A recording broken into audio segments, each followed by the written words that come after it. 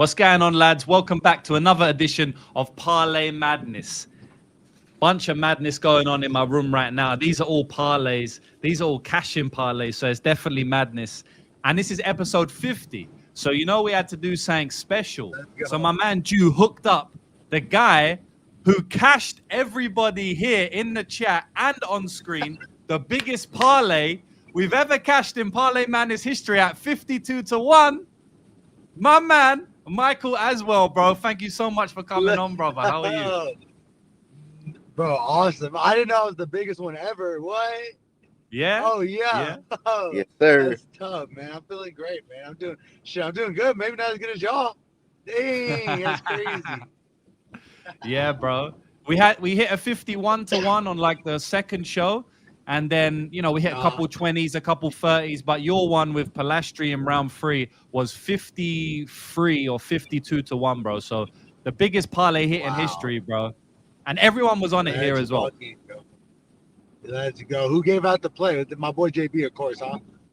It was both of Collab. us. It was the Collab play. We gotta have to start doing that more, bro. Yeah, bro. Dang, y'all collabed on it. Oh yeah, but I was shouting you out, bro. As always, the Texas kid, bro. I remember the first time I heard about you was you know, your fight versus Nate Richardson. Well, I had known about you, but I got to watch you live there for that fight, and you got the first round knockout. The whole crowd was screaming UFC. All the crowd support was for you, so that was like dope, bro. And ever since that day, I was like, this guy's gonna be one of my favorite fighters, just because I got to be there for that experience. And I think you got right to the Contender Series after that one, bro. So hell yeah, bro. I love to see you doing your thing, bro. Representing for Houston, my man. It, man. That's it, always, yeah. And then fucking that fight was similar to this one, man. It's kind of same concept. I just came in there just ready and you know, kind of put it all together when it mattered most. That's exactly what JB said as well. He said, I saw him fight Nate Richardson. He got a round 1 finish, and he's going to do the same again this weekend. And that's exactly what happened, bro. So, yeah, thanks again, and thanks on behalf of everybody in the chat. Boys, if you're in the chat and you cashed on that parlay last week, give Mike some love. I mean, everyone's already giving crazy love right now, Mike. I don't know if you can see can you see the comments? Yeah, I see it. I know. Yeah, I see it. 50 G's as well. Yeah. That's what it is. We'll leave that one off. Look, this guy they crazy on the 50 on me. They held me on the 50 though. I was the only first round knockout, bro. How did I get the 50? Well, you didn't get the 50K bonus. No, they gave it to the 2 girls. Yeah, we should be riding, bro. Then they gave it to Charles, and then they gave it to Petrino, which those 2 I understood. I thought it was gonna be Petrino, Charles, and the Kimura, because he's Brazilian too. But I saw they gave it to the 2 girls. I said, "Wow, that's crazy." Bro, you knocked him out and then pinned him against the cage and elbowed his head into oblivion, bro. That's crazy. They hold you for that, man. UFC, come on. It's okay. Hopefully they put me on December and make up for it. But big facts. Speaking of that, that'd be tough. We're gonna have to. Let me see it.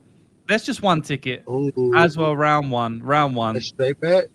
Yeah, 250 to 1.7K to 1.7K. But bro, we had loads of them. I'm trying to see them now. Yeah. But they didn't give you. Oh yeah, we had this one as well. They didn't give you the 50K. Nice. I feel like the Parlay Madness boys have to hook you up, bro. I think so, bro. We need to chuck you some pay. Come you on. need to put your PayPal or something, bro. You need to give your PayPal or some shit. What is your PayPal? Do you have PayPal, bro? Yeah, I got PayPal. No way. The boys what is it? Do you know your username? If not, I can post it out after. It's all good, bro. We could you know, we got Hard Style Unlimited with the Texas kid Aswell shirt as well. I think, you know, that's another way too. I'll send y'all a signed Aswell shirt, bro. I got y'all. Oh, we need that, bro. Bro, you're a legend. I'll definitely hook you up too, bro. Shit, you made the what community. I need to try to do? I need to try. I had to give this, so they make us give up one of the 4 items. So you either give up your shorts, your gloves, your walkout shirt, or your jacket. And I gave out my walkout shirt, low key. But I'm gonna see if I can get some ordered. I need some. Do you have merch? Yeah, you got merch available right now.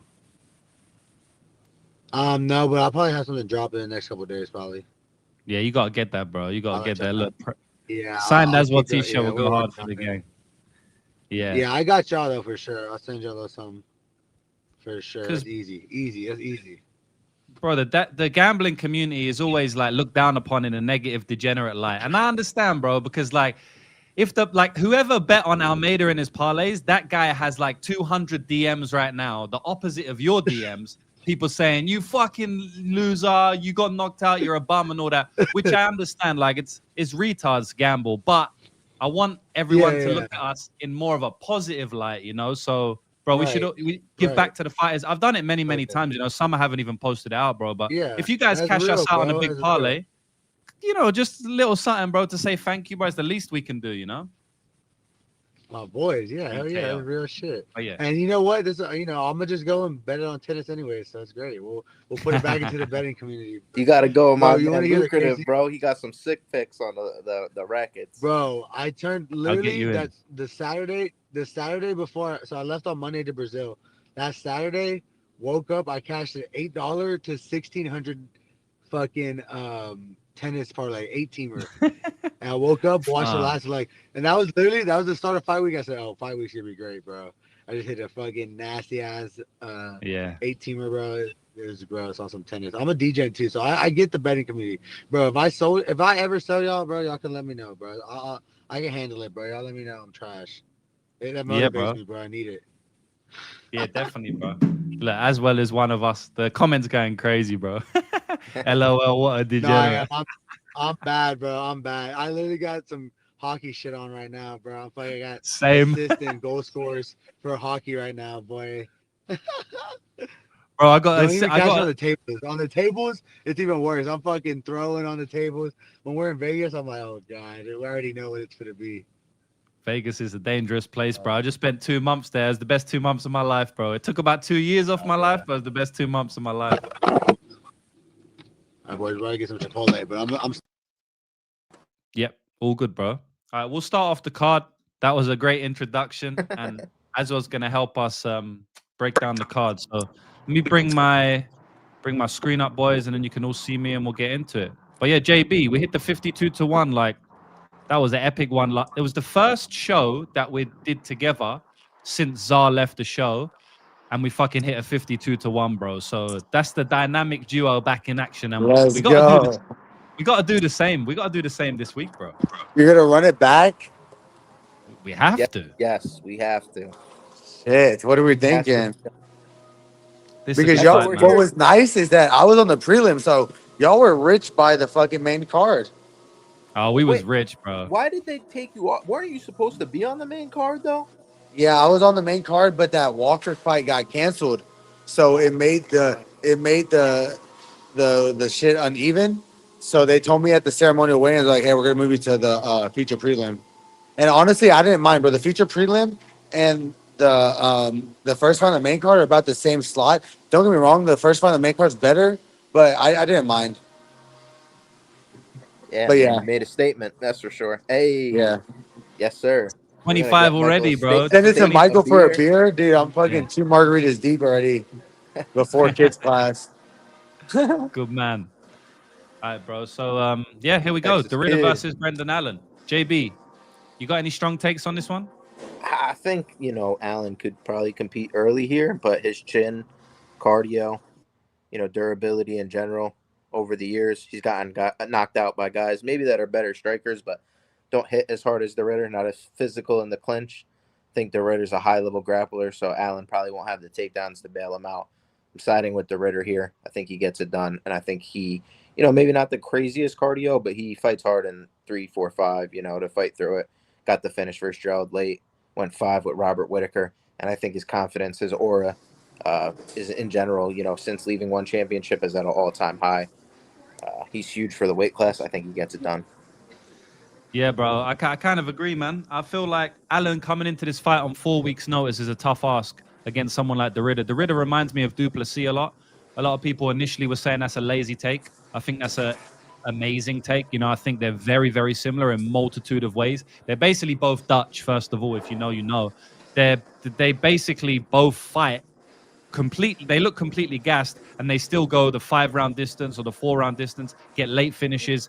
He was walking down Robert Whittaker, one of the best fighters in the division, in rounds 4 and round 5, after getting almost knocked out in rounds 2. So, like, I think Derrida has a lot of heart, will to win. He's elite on the ground. I think he's got better jiu-jitsu than Brendan Allen, even though jiu-jitsu, Brendan Allen has good BJJ. I do think Derrida is a little bit better. I think he's more strong, physical. I think the clinch is going to be big here, as it always is in every Derrida fight. And I just trust Derrida a little bit more, having a full camp against someone like Brendan Allen coming in on 4 weeks' notice. So, yeah, I'm going with Derrida. Probably a late finish, maybe round 3 or something like that. Michael, have you got any different takes on this one? No, I mean, you're right about most of that. I think Allen's decent on the grappling, so it's going to be interesting to see their scrambles and exchanges. I think Allen's actually a little better on the feet, so it's going to be interesting. But Ritter is just, he's very awkward, and he's very good at what he does. So I think he's just going to kind of wear on him. He's a little heavier than him. They'll probably pressure him early, probably hit him to the body, and I think in the later rounds, they're just going to wear on him. Probably like a 3rd or 4th round finish or something. Yeah, so we're semi all in agreement there. Yeah. I'm gonna write down Derrida, maybe put his money line. JB, can you get the odds up, bro? Yeah, no more Czar. So it's back to old JB. I'm thinking like 3rd or 4th round or something, maybe. Hey, I like that. Hey, we could go. You think submission, like on the ground finish or stand up? I think he's gonna wear on him like a ground and pound maybe or something. Yeah, ground and pound to maybe a rear naked or something, or ground and pound to like he lets him slip in a choke or something. I don't know. Yeah, I could see both of those. Something like that. All right, I'm about to order my food and mute myself. Hold on. You good, bro? I love Chipotle. That was like my favorite food when I was there. Really? Do you have Chipotle? JB? Yeah, of course. I mean, dude, you like it?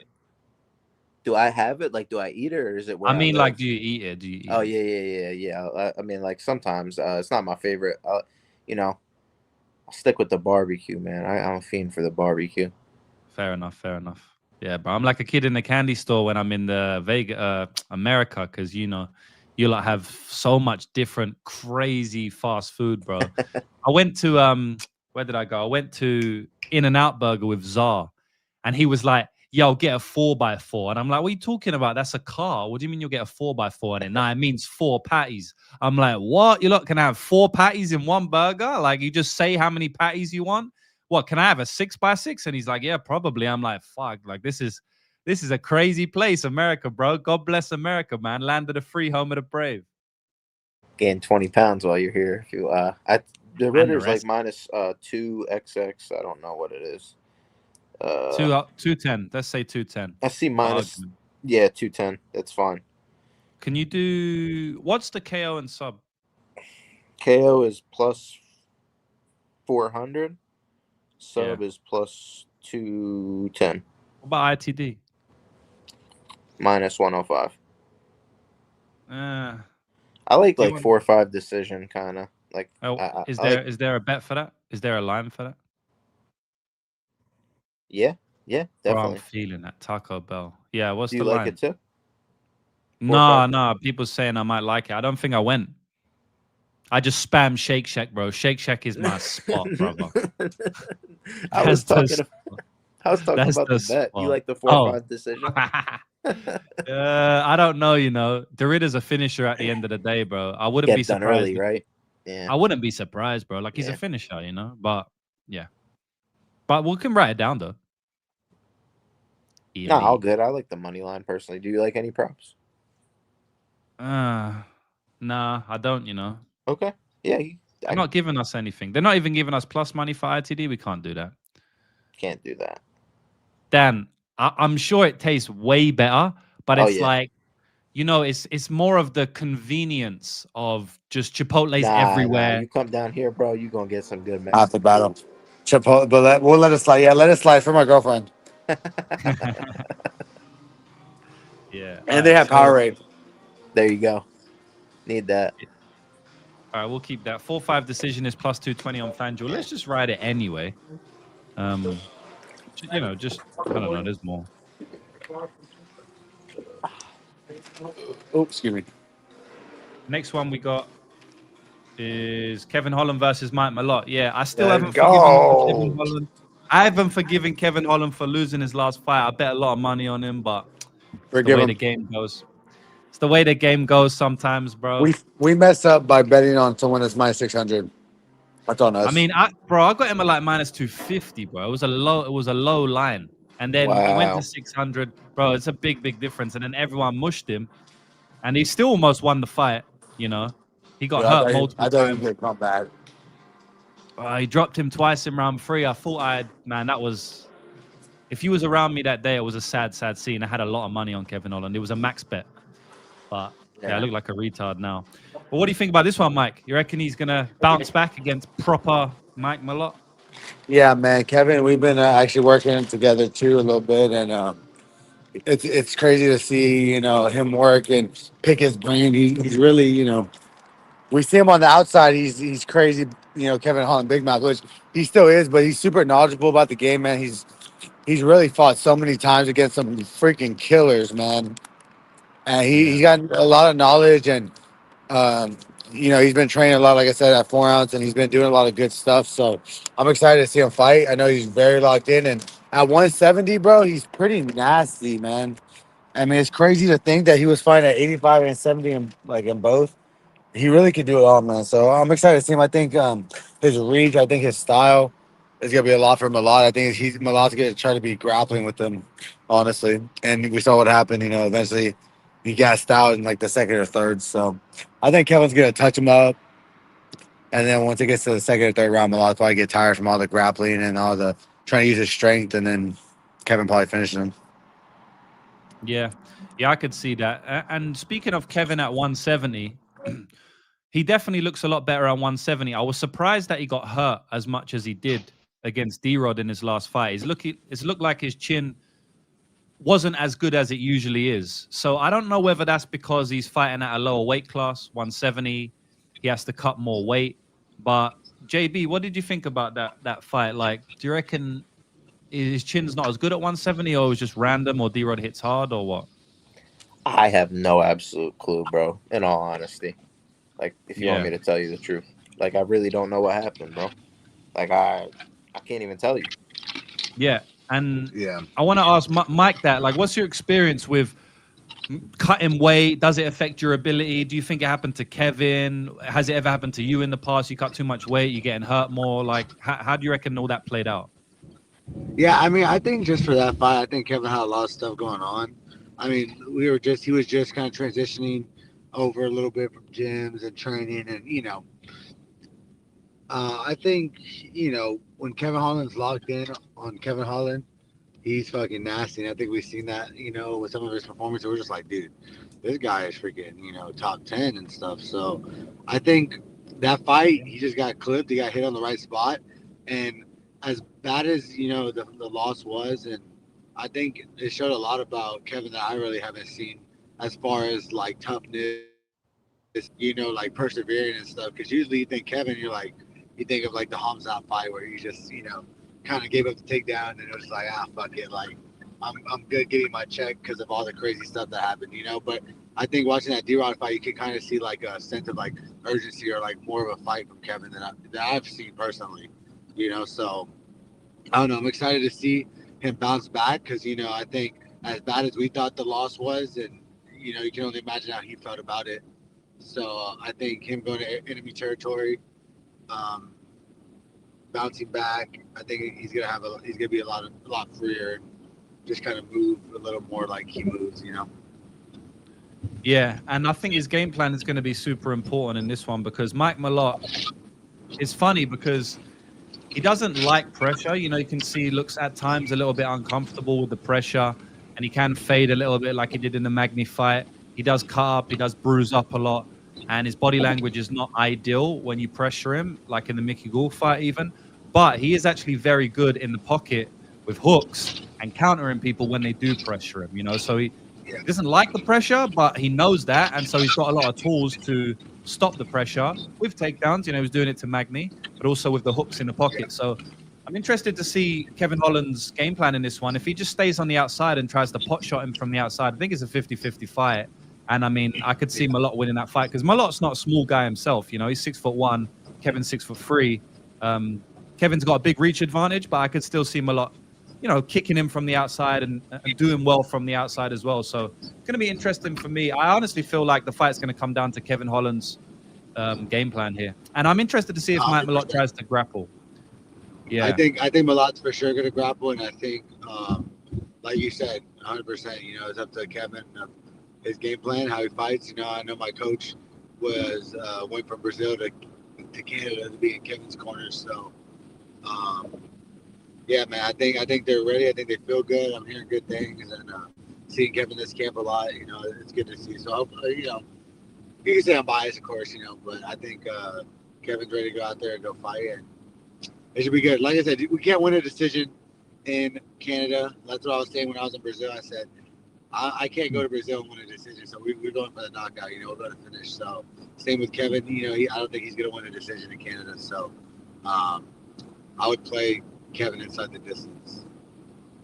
yeah. I think in this one I might just pass on it. I was looking at the over. Or over, yeah. I put a Malott decision in my retiree parlay. It's like 6-1. It's like 6-1. You know, we play the odds. It's a massive price. Kevin's tough to finish. Kevin's tough to finish, bro. You know. I think Malott decision or Kevin inside the distance. Yeah, I kind of think that as well, to be honest, bro. JB, what's your take on this one? Yeah, is he's training with you guys like full time, or is it just like half and half kind of? That's dope. Do you know what like the other gym he's training at for this one? Just interested because we have like, you know, he just he was training over there with or he still kind of trains with Luter, right? Yes, but he just opened his own gym, Kevin, in Dallas. So he's been training at Luter and then his own gym. They've been kind of like bouncing back and forth. And then okay, yeah, that's good to know, bro. That's good info, bro. Yeah, I'll probably wind up just passing on the fight. You know, I think Kevin. I'm biased. So. Of course, bro. You got to rep your people, bro. And you know what? I'm gonna just rep your guy too because if I ever come through and I say something, you know, about Kevin, he might smack me. So let's just roll with Kevin Holland. And let's just say this: right after my fight, Kevin said, "Don't worry, you're." Oh my God! Did he just freeze? Yeah, he's gone. That was a cliffhanger, bro. Cliffhanger. What did Kevin say? All right, he's back now. He's back. Okay. I got lost it. Kevin said. Kevin said as soon as I won, he texted Chico and said, "Hey, his package will be there." So I got the Kevin Holland pack touching down soon. I'm excited to see what's in there. Let's go. Some Almeida pack, maybe. It might be some Almeida pack. some crazy probably. Hey, that's what's up, bro. Yeah, didn't he like give Van like some stuff after he won his fight? You said what? He gave Van like some money after he won his fight or something. I forget what it was, but he definitely. Oh yeah, he's done that. Well, he done that. He did that to Alden too, and then he gave that's Alden what's up. He gave Alden a Kevin Holland pack as well. That's why I was like, "Yo, Kev, I'm gonna need mine, brother." He said, "When you're fine, I got you." He said, "When you're fine, I got you." I was like, all right, say less. And then good man. First round knockout. He texted Chico as soon as I had. He said, "I got him." Okay. Yeah, Kevin's the man. Kevin's the fucking man. He's won me a lot of money, bro. Like I've max bet on Kevin Holland multiple times. He did lose the last one, but before that he was winning loads. If Vicente Luque was a max bet, submission plus 600, I have won so much more money on Kevin Holland that I lost. This is definitely a tough matchup. And the thing about Mike Malott is I get all of his fights wrong, bro. So I think I should just stay away from this one. He's a hard guy to call. I keep trying to bet against him, and he keeps winning every single fight, man. So yeah, I'm just gonna pass. He's weird. Yeah. So what do we want to write down for this one? Anyone? Yeah, I don't got it. I can see Kevin. You know, I can see any method, bro, for Kevin. Like Darson. That's what I'm saying. That's why inside the distance, because I don't know if he knocks him out or finish or something. Right. He's long, bro. Yeah, it could definitely be either, man. He's got a serious Darson anaconda, bro. We bet it versus Luke. Length, bro. I've just like now that I've been like training with him a little bit, like I'm like, damn, I can see how he locks up. He's a legit black belt too. Yeah, definitely. Yeah. From what I've rode with him, I'm like, oh, he's legit. Yeah, and Train shout out to Looter. Travis Luter. Yeah. A lot of people ain't gonna know this, right? Travis Luter almost finished Anderson Silva. Let me tell you that now, bro. Go back and watch that Anderson Silva versus Travis Luter fight. He was ground and pounding Anderson's fucking Silva, and Anderson looked like he went out for a second from ground and pound. Then Anderson was able to wrap up a triangle choke, if I'm not mistaken. Yes.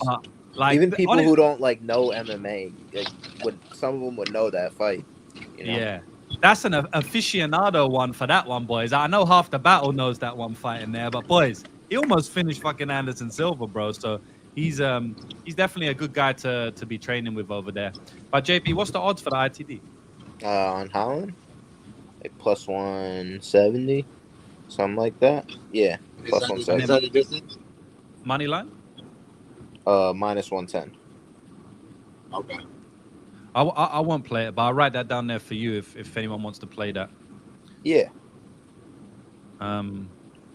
Yeah, I was looking at over 2.5 because I just feel like it could be an outside kickboxing contest where both fighters are very, very skillful. But at the end of the day, man, it depends. If Holland goes in there with the game plan that I kind of feel like you need against Malott, then it's going to be chaos and someone could get cracked, bro. So round 3 going to be sketchy for Malott too, even if it's the first 2.5 minutes. Like he might. Yeah. But that's why I do like over better than GTD for sure. If you do bet the over, don't bet goes to decision. You can't trust Malott in the last few minutes of the fight. Mm-hmm. Yeah. I even like Holland round 3, type shit. Always, bro. I might even do that myself, Holland round 3, bro. Honestly, he almost had it in the last round 3. He almost had it against Fiorot. He might be the 1-2. He might be part of the 1-2-3 parlay. So Marlon Vera versus Ayman Zahabi in the next fight. Crazy because Ayman Zahabi's like fucking 6 years older than Marlon Vera. In my head, like they're the same age, but because Marlon Vera's been around forever. Boys, this is a close fight for me. I called a split decision. I feel like it might go to split. I'm picking Chito Vera as the fight draws nearer. I feel like Chito Vera, he's just been there inside with better guys. I think he's got a lot more experience at the high level of MMA. He's had double the fights of Ayman Zahabi. Zahabi's a great fighter, and I feel like in Canada, he could easily get a robbery decision his way, and I do think it's going to be close. So I wouldn't bet on Vera, but Vera is the underdog. I am a better, so I'm going to go with the underdog here. I just think he's, he's just a little bit better than Zahabi. But Zahabi's coming in with a great game plan. And sometimes Vera just doesn't fight until the second or third round. And you can't do that in a 3-round contest, man. He's like, bro, Marlon Vera is like the opposite of Michael Aswell. Because, bro, for the first round or 2, he's just chilling on the outside. You're running face first, bro. Just smash, like getting stuck in, smashing, putting the pace and pressure on him. I feel like if Chito Vera did that, he could be top fucking 5 because he's got the skills. But sometimes he just, I don't know what it is, man. He just starts slow. And he knows that himself. He's spoken about that in interviews. Like it's just a mental thing with him. So did you hear what he said recently? What do you think about that? No, what did he say? In the media day interview, he basically said like he stopped marathon training and he started sprint, high-paced sprints and stuff so he could start quicker. He said like there's no way he doesn't start quick here. But wow. Right. If he does, I think he wins. Yeah, that's what I'm thinking too. Have you got a take on this one, Mike? I like Chito. I mean, somewhat biased because we're the same management, but Chito's a good dude. I met him, and Perillo's not a bad coach, and they got good chemistry. Chito's got skills. I mean, this other guy, I watch him, and I just like, damn, I don't know how he wins all the time. It's the same with DDP when he was coming up. I'm like, yeah, how does this guy just find a way to win? And I think some people just have that skill and they just somewhat dig away to win. Guys in his hometown and all that. So I don't think he finishes Chito. He probably goes to decision. So I think it makes it more. How should I say it? It makes Chito less worried about threats on the feet, so make him want to come forward, make him want to throw and put combos together. I think some other fights he was timid or he started slow because he was worried about the danger that he, was facing on against, you know, whoever he was fighting, like an O'Malley or something. You know, he knew O'Malley was dangerous on the feet, so he was more tentative to throw and stuff like that. That's kind of why it seems like he's starting slow. I think with this guy, I think he's going to be confident. He's going to walk him down, start throwing his combos, probably land some leg kicks and shit. And I think if he just wears on him, uses his pressure, uses his, you know, his combos, I think, you know, Cheeto has a good chance of winning. But like I said, the other guy finds a way to win. So probably split decision's a pretty good one. I like that. Yeah, especially in Canada. You know, I mean, a lot of people were moaning about the Jose Aldo decision when Zahabi beat him. They were saying it was, you know, it was a robbery, etc., etc. So I could see a same type of thing here where people are moaning, but I honestly feel like Vera's got the skills to win here. I think Zahabi looks sometimes. I think the reason Zahabi wins a lot of the time is he always comes in with a good game plan. You know, with his brother, like they got good game plan. But at the same time, I think he's a very good neutralizer. You know, he doesn't do any unnecessary movements. A lot of fighters he fights end up being low paced, whereas sometimes they're higher paced against other fighters. He's got good footwork. He stays on the outside. So he's a good neutralizer. You know, he's kind of similar to someone like Javid Bashrat. He ended up beating him. There was like two neutralizers fighting each other there. But now as a plus 600, I think that was kind of the start of his big run in the division. If he wins this fight, he's up there for a title shot in the next fight or two, which is kind of crazy. But that's the game, innit, man? At the end of the day, if you rack up the wins, you're eventually going to not be undeniable. JB, do you think he's in line for a title shot? Do you think he gets this win and he's up there or what? Yeah, you know I love Fiorot, bro. Like that's literally like my favorite coach in the game. You know, other than, you know, there's a lot, you know, at the end of the day. Of course, I like Pineda at 4 ounce with my guy Aswell. You know, our guy Nick, sick, dope. But at the end of the day, man, I love Fiorot because I'm a jiu-jitsu guy. Yeah. You know, so I always liked Damon Zahabi, but I do think, you know, this run is a little interesting. You know, Ricky Tercios just sat on the outside, didn't really throw. Some of the other guys he's beaten are up there in age, or, you know, that was Aldo, his retirement fight, and he got hurt badly by Aldo there. So, yeah, the switch stance versus the orthodox, I think he's going to be able to mix it up a little bit. You know, Zahabi does have good defense, but I wonder if his, like, numbers are inflated, you know, due to, like, just level of competition, or Ricky Tercios throwing 100 strikes at the air.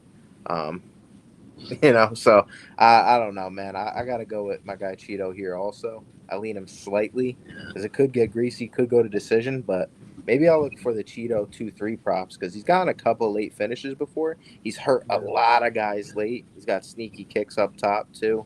Seen, you know, that kick that fucking Zahabi ate. It was a kick, right? To the face by fucking Jose Aldo. He got dropped and then also kicked. Yeah. Like, dude, the fact he ate that one is pretty, you know, insane. But, you know, maybe if Cheeto lands that shot this time, he could put him out. So I'll look for, like, crazy props on this fight.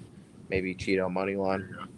But I do think fight goes the distance, most likely. Both are just historically durable. You know, other than Zahabi been finished that, like, one time, right? So, yeah. Yeah. Bro, you're in the chat asking the same question 3 times while JB is literally answering that question, bro. Like, what is wrong with you, man? Just listen. He literally just answered it, bro. What the fuck? I see it now. He literally... Yeah, I do like it. I do like it. He was posting it as he was saying it. We want to write... What is the odds for Vera? It's like plus 110, bro. I wish I got better because it was a lot better earlier. It was one... I saw it at 130, yeah. All right, I see plus 150. I see plus 115 on Bet Online. It was, all good. It was plus 210 at opening. I like him as the dog. I wouldn't play him as the favorite. I like him as the dog. That's how I feel about Zahabi. I play him when he's an underdog. Yeah. What's over 2.5 for GTD? Damn, it is juice, bro. It is. Give me some of that. Minus 335 over 2.5. Yeah. Fight I goes would take minus Cheeto 300. distance, Yeah, I just the way I feel like you don't get it done like round 2. You don't get it done in round 1. Like he'll have to do it round 2, 3. That's like he doesn't really. He's kind of like Van in a way, like, you know, kind of get his reads early, and then he starts to pick it up as the fight goes on. You know, like with guys like that, I love the 2-3 prop because they're just, you know, getting better as the fight goes on. It's hard to stop. So Yep. That's a good place. Everyone's saying they cashed on you as well. Like this whole chat cashed on you. fucking go. There's 534 live viewers right now. Shout out to everybody watching. Show our guest. Yeah, show Michael Aswell some love. Breaking news after this fight.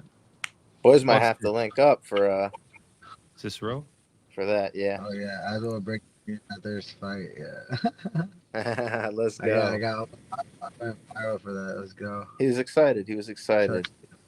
Hey. That's all right. Look, everyone Everybody cashing. Let's go, boys. Yeah, Bang. they ain't gonna be mad at you after that performance, bro. That was beautiful, man. Hey, I appreciate that, man. Yeah, I just got home right now, so I'm probably gonna hop off in a little bit. Yeah, bro. Whenever, man. Hey, man. Thank you, bro. Thanks for coming on, bro. Yeah, dude. It's epic. Thank you. You cashed us the biggest parlay in Parlay Madness history, and then you came on the week after, bro. So you're a legend. You're a legend in the community forever for that, bro. And like I said, man, Appreciate it. Send me your PayPal or some shit. I'll post it up, and then everyone in the chat, we gotta donate a little something. Even if everyone's a little 10, 20, that's gonna add up with the amount of people we got right now. You know what I'm saying? That's awesome, man. Y'all are awesome, bro. I appreciate it. Yeah, they hold with the 50, bro. They hold with the 50K, bro. Yeah, that's crazy. I thought for sure I had that shit. I thought for sure I had it, but I can't complain, man. I think Brazil was amazing. The whole week was awesome. I got to hang out with my coaches. We got to do some dope shit. And I mean, fuck, I put on a great fight. You know, big win in the UFC. So we'll see what they give me next, man. I'm hoping they put me on that December 6th card with Josh. So I think I'm gonna just stay ready, and we'll just see what happens. I'm thinking short notice probably. They'll probably let me fight on short notice or something. So something pops up. They have to have you on that card, bro. They have to. You know what? I'm gonna call it right now. Michael Aswell, I think versus Nate Landwehr would be a fucking amazing fight. I think that would be an amazing fight. I mean, what do you think about that one, bro? Like, he's not ranked, right? Yeah, that's a banker. But, you know, it's a nice next step. I can fight whoever, bro. Exactly. That's what I said. I said my boy will fight you in the parking lot. It does not matter. The Texas kid is ready to scrap. I think I beat the top 15 dudes. You know what I'm saying? Like, honestly, me too, bro. I've trained with some of them, bro. So I know where I'm at. Like, I know where I'm at, bro. I swear. Even after this fight really showed like what's up, like where I could compete with. You know what I'm saying? Like. Facts, bro. 25 years old. I'm on my first contract, so I'd love to get paid more if I'm fucking fighting top 15. You know what I'm saying? Like, yeah, facts. You're gonna get there, bro. Like, I think with another like they can't deny you at a certain point. 25 years old, I think you're gonna just keep getting better at a great gym. I think, you know, the bright things ahead for the Texas kid, and we always appreciate it, bro. So we're gonna have to link up. I'm gonna have to buy you a steak, bro. Yeah, come on, man. Let's go get some dinner, bro. We'll link up, man. And I appreciate y'all for showing love always. Yeah, man. We'll see what happens. I'm gonna just keep staying in the gym, bro. That's all I can do. I was already back in the gym this morning working, man. Just teaching my kids, just kind of staying ready because this UFC business is crazy. You know, one day you're doing something, the next you're doing something. So I'm gonna just stay locked in. I know what the end goal is. And at the end of the day, if I don't fight, bro, we're gonna be there anyways for Josh. Once he gets that strap, I guess 4 ounce has to be gym of the year or what? Or absolutely, 100%, bro. Shit. Korea, as well. How do we get those awards, bro? Come on. So we'll see. Always we'll ready just keep to doing fight, thing, man. man. We're excited. We appreciate y'all, and yeah, man. I'll hop on soon for sure, bro. I know this was kind of a quick last second thing. Good, so bro. I appreciate all the love. I appreciate all the chats, man. All the boys. Love, bro. Thank you so much, man. Speak to you soon. Yeah, see y'all soon. Peace. Peace. Drinking my water that doesn't have any water in it. The man himself, Michael Aswell. That was awesome, bro. Like, yes, sir. What a G. I'm gonna have to link up with him, bro. We're gonna have to get together. We're gonna have to go get some barbecue. Bro. You know, you owe a mistake. You owe a mistake, bro. Absolutely. So do I. Absolutely, bro. Absolutely. Maybe we'll come watch some Fury fights or something, bro. Dude, and you know what? Like I was gonna say when he was here too, you know, I think a lot of people are gonna sleep on him, bro. I think a lot of people are gonna say, oh, you know, that KO only happened because of the injury. They're not gonna, you know, think about the improvements that he's actually making. Like I said, the kid's super young, bro. So I think he's got a bright future. Yeah, man. Yeah, definitely, bro. And I'll be in serious what I said, boys. Everyone in the chat didn't say it just because he was here. You guys probably know, I've mentioned it a couple times. Like over the years, I've sent money to a lot of different fighters who have won me money. And I'm gonna do that for Aswell for sure. So I reckon, look, boys, if you literally got no money, you can't spare it, is what it is, boys. But I think if we all look, there's 568 of us. If we all put $10 in, that's a lot of money. You know, that's over $5,000. You should know? have 50. And he should have 50. you should have 50 grand, and I ain't gonna put $10 in. I'm gonna put a bit more than that. You know what I mean? So like, yeah, we'll get his PayPal. And then let me message him now. We'll get his PayPal, and then yeah, if anyone can spare 20, 30, etc., we will yeah, he'll be fucking happy, you know what I mean? And bro, like it paints a good light on the gambling community. We're doing something good. He did earn us a lot of money. Like, fuck it, bro. Who cares? 20, 30 bucks, boy. It's not gonna kill you, you know what I mean? It's good to do good things for other people, man. Plus 52, Makes you feel fucking 75, bro. How do you not give him anything?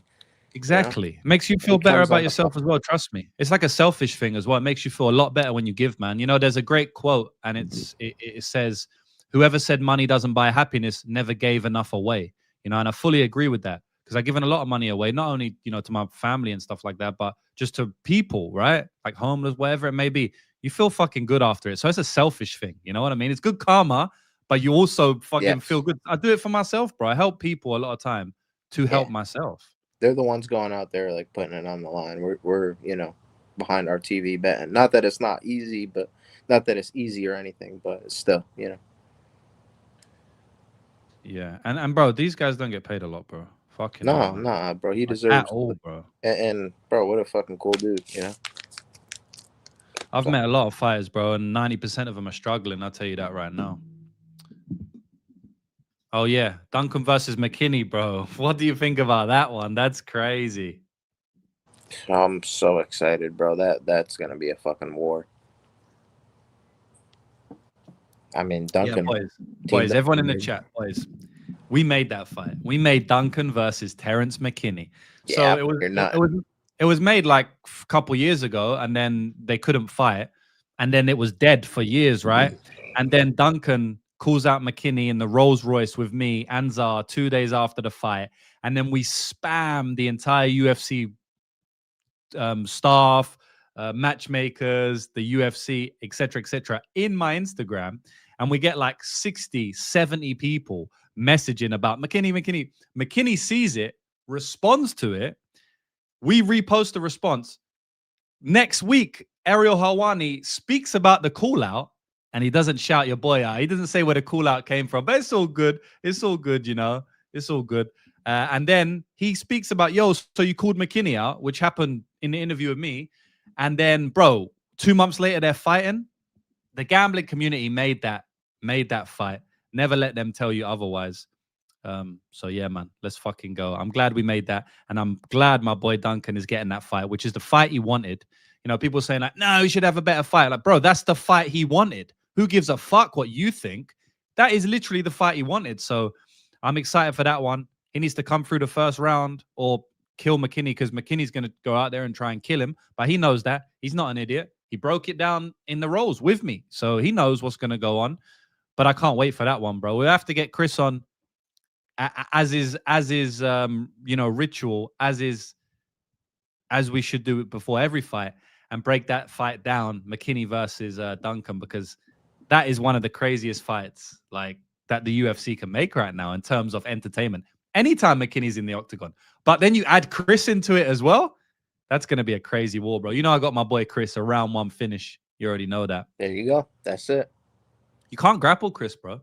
Yeah, maybe you can jump on his back instant like Manuel Torres, but I know that guy was like he wasn't perfect going into that fight, which he spoke about. And at the end of the day, shit happens. You can jump on a back, like it can happen, but it's very, very hard to grapple Chris. So if they go out there and strike, McKinney's got a couple minutes to do it. If he doesn't kill him, then he's getting killed, man. So yeah, but shout out to McKinney as well. A lot of respect to McKinney as well, bro. Like, I like McKinney. So let's see. Yeah, Duncan round 1 cash for sure. We need to have Ali Abdelaziz on. Yeah, we definitely need that. I don't know about Ali Abdelaziz. He might hate Jewish better over here. Nah, he's cool people. He's liked my comments and stuff before. I like your He's comments. chill. Okay. He's chill. I mean, he might not like Jews in general or what. I don't know. But he likes me. So. Have you seen what McGregor said about him, bro? That he was on a plane to America on 9/11, bro, with like 5 different passports or something. Let's get political in this bitch, bro. I don't give a fuck. McGregor's like the king of trash talk. People don't. Maybe he made everything cut, but that's kind of crazy if he lied about that. No, it's not. It's true, bro. It's like mental warfare, though. He's crazy, bro. Yeah. I mean, that's kind of crazy, bro. I remember when McGregor was saying it on the press conference. I was watching it. I don't think I was watching it live, but I was like, bro, this is mad. I've never seen anything like this in a press conference. There's no press conference that compares to it, like in MMA history. It's the only one of its kind. Yeah, it is the only one of its kind. Only one of its kind. Yeah, honestly, I haven't looked into that at all. I don't know anything about any. I just heard that press conference, and then now you've seen a couple things on Twitter, like Ali's like mugshot in passports. How's Noah? Yeah, where's Noah? Where's Noah? I don't even know the fuck Noah is. You know what I mean? But yeah. Anyway, let's get that guy put a tennis lay on. What you mean? Give him some money so he can? Yeah, for sure, bro. Yeah. Aswell. Let's go. Yeah, I know, bro. You lot are mad, bro. You Americans are tapped in the head, cuz. But you know I love you lot. You know what I'm saying? My second favorite country in the world, bro. Shout out to all my people in America, you crazy motherfuckers, man. All right. But we'll get back to the fights, though, boys. We'll get back to the fights. Or we can just go through full politics if you want. I don't mind. I like this fight, though. I ain't gonna lie. Fuck, Jasmine is my girl, like my girl. Speaking of, giving money to fighters, I said that on my show last week, actually. I did it to Jasmine. And you know how Jasmine's a fucking legend, yeah? This is funny, bro. So I was like, yo, like, you want me so much money? Like, I'll send you some money. And then, you know what she said? I was like, I'll donate it to a charity or send you some money. She's like, oh, donate it to this. And then it was like a dog home. It was like a home for dogs or some shit. It was some animal shit. It was like 2 years ago. But it was like some animal thing. And I was just thinking, like, you're such a nice girl, like you're giving money to animals when you could have just accepted it for your own camp costs. But instead you want to give it to animals. And this was 2-3 years ago. She wasn't getting paid a lot. She wasn't anyone. So, I mean, I think that shows the strength of her. You know what I mean? She's a very nice girl, bro. And I love her because I've made a lot of money on her in the past. And I'm pretty sure, you've spoken to her and you're a big fan of her as well. So she's a fan of the podcast. I mean, she is a friend. I don't know what you want to call it. I don't know. I don't think she wants us, but she's a friend. Dude, she's a friend. For sure. Yeah. I mean, she's awesome. She interacts with the community. She's come on my YouTube channel before. She's, ever since I actually was there for a UFC debut, her coach even recognized me in the crowd. And you may be able to see it on UFC, but he fist bumps me. It's like a split second. Maybe I'm going to try and see if maybe the Jew could find it. Yeah, Jew can find it. Dude, I love Jasmine. Like, as an underdog, especially, she's cast multiple times. Cash versus Maverick, Cash versus Hansen. She was a favorite versus Silva. Big favorite there. So, and I think she could, possibly get her wrestling going here. She's a lot bigger and more physical than some of the girls that are trying to wrestle Fiorot. On paper, Fiorot does have good takedown defense, but, Jasmine's really durable. I don't think Fiorot's going to finish here, so it's probably going to likely go to decision in Canada, and one girl has a pretty clear path. She's plus, 190, plus 200. Good cardio.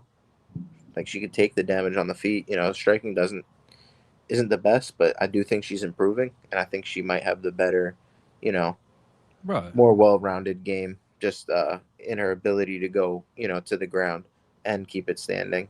So it's really binary for me. Jasmine gets the grappling off. I think she could look like a big favor here.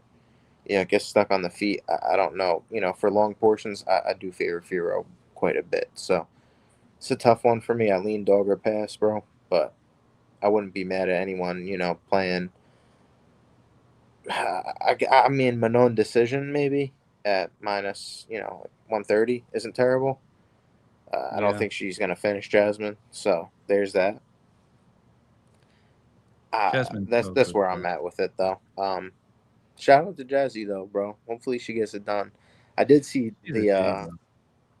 plus 1,000 on the sub. You know, JB, bro, that did catch my eye a little bit, but I don't know if Fiorot is going to be like. The one thing I did want to say though is she did recently change camps, so I will be interested to see how the move to TriStar does affect the fight here. So, yeah, but not much different between both these fighters, man. Like they're both pretty much same age, fought similar. I guess not similar competition. I would probably give the competition to Manon, but yeah, 14-3. Like their records are pretty similar. So I don't think this is a tough fight to break down. I just feel like, you know, if Jasmine's going to get the takedown, she's going to win. If she's not, she's going to lose. And to be honest, that's like most of Manon Fiorot's fights, outside of if you've got a much better striker than her, which is extremely rare in a division. I guess the only one who really is potentially Natalia Silva and Valentina Shevchenko.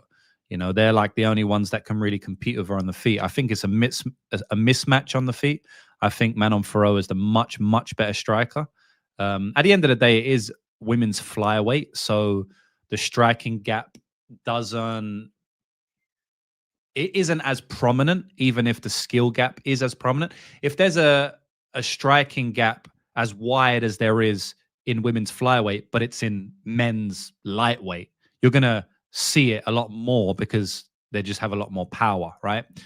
But I do think the striking gap is gigantic here. Can Jazz get the takedowns? The thing I've seen about Jasmine is that she gets takedowns via physicality, strength. Of course, she has good technique, but I think it's actually more tenacity, physicality, and strength than it is pure technique.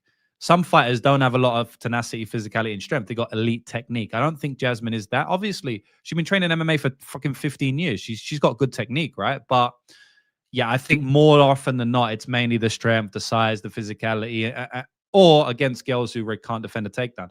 The thing about Fiorot is, like, I think she's a bit stronger. I think she's a bit more physical. And that's going to be very tough for Jazz to go up against, because she's basically going up against somebody who has her outgunned in her very best department, right? Which is the strength and physicality. So that's going to be a very, very tough matchup for Jazz based on that specific thing, right? At the end of the day, she can still get a takedown. Shit can happen. The only way Valentina got a takedown in her last fight after shooting multiple was off a caught kick, right? So if she catches a kick here, you know, she could take her down. But I like Fiorot to stop the takedowns and just piece her up on the feet. You know, I think Fiorot has elite footwork. I think Jasmine's footwork is still pretty fucking clunky. I think she walks forward into range. I think her strike and defense is not good. And I think she's going to get picked apart on the outside here. Fiorot broke her nose in that fight, in the first fight against Valentina Shevchenko, and still made a 50-50 fight and had an argument to win, and actually lost it on getting knocked down with 5 seconds left in round 4, I believe it was.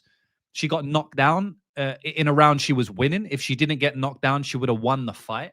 So, and that was with a broken nose. Worst case scenario, getting taken down in round 1 and completely dominated from top position. So it kind of actually showed me a lot for Manon Fiorot. Like, I mean, on another day, she would have been champion. You know, it's very clear to me. She still had an argument to be champion. We could be looking at the champion right now. This is a very different fight here. One thing I do want to say as well, she got her nose broke in the first round. Did she also break her hand in that fight? Did that come out as well? Or am I just thinking about the broken nose thing? I don't remember hearing anything about a broken hand, bro. I feel like I heard that she broke her hand or something, as well as having a broken nose. Yeah, that'd have been news to me. Okay, maybe I might have been mistaken it for another fight, to be honest. But yeah, either way, the point remains with the broken nose and et cetera, et cetera. It's just a tough fight for Jazz, man. If she can't get the fight down, though, she's probably going to fuck her up from top position, man. Jazz is one of the best top players in the division. And yeah, it's a great fight, man. It's a great fight. I'm very... Like, I'm willing to look square here, because at the end of the day, if she does get the fight to the ground, she could look like a big favorite. You know, I think that it's unlikely she gets the fight to the ground in a consistent amount of time over 10, 20, 30, 40, 50 fights. You know, I think Fiorot gets this one done quite fucking often, man. 7 or more times out of 10. You know, I'd make her about 75%. So it's about where the line is now. It's nothing crazy. I'm not saying there's big value on her. I'm saying it's probably about accurate. I don't know. Where is she now, JB? Because the line's moved a little bit. It's like minus 220 on Fiorot. Okay, yeah. So maybe there's a little bit of value on Ferrari. I would make her around minus 275 range or something Minus like 225. Yeah. Yeah. Yeah. So I think, look, I think Jasmine, you know, wins this fight, you know, once every 5 times. It's not like she's completely out of winning opportunity here. I just think her margins are pretty fucking slim. You know, her margins are pretty slim, bro.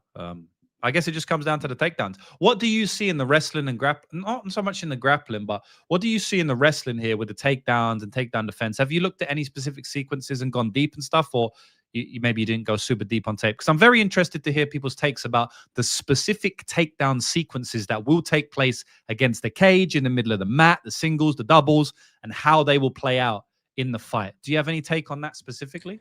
Well, Jasmine likes to work from the double leg. You know, she'll also go to the body lock up against the clinch. She's very strong and physical.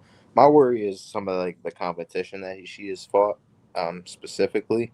Like I'm just worried that, you know, girls like Priscilla Cachoeira, no ground game. The Miranda Maverick fight though was very impressive. You know, I didn't think she was gonna do her like that, and that was, you know, pretty solid. And you know, Miranda's a pretty physical girl too. I don't know. You know, she's short, stocky, kind of. But look what Erin did to Miranda. Way worse than what Jazz did. Yeah. No, I agree with that. And then Erin couldn't budge Fiorot. But yeah, I mean, styles do make fights, though. I think, you know, probably Jasmine a bit of a better wrestler than Blanchfield. You know, just on the wrestling aspect. Yeah, but Erin looked like a way better wrestler against Maverick than Jasmine did. Because Maverick was having her moments in that Jasmine fight as well.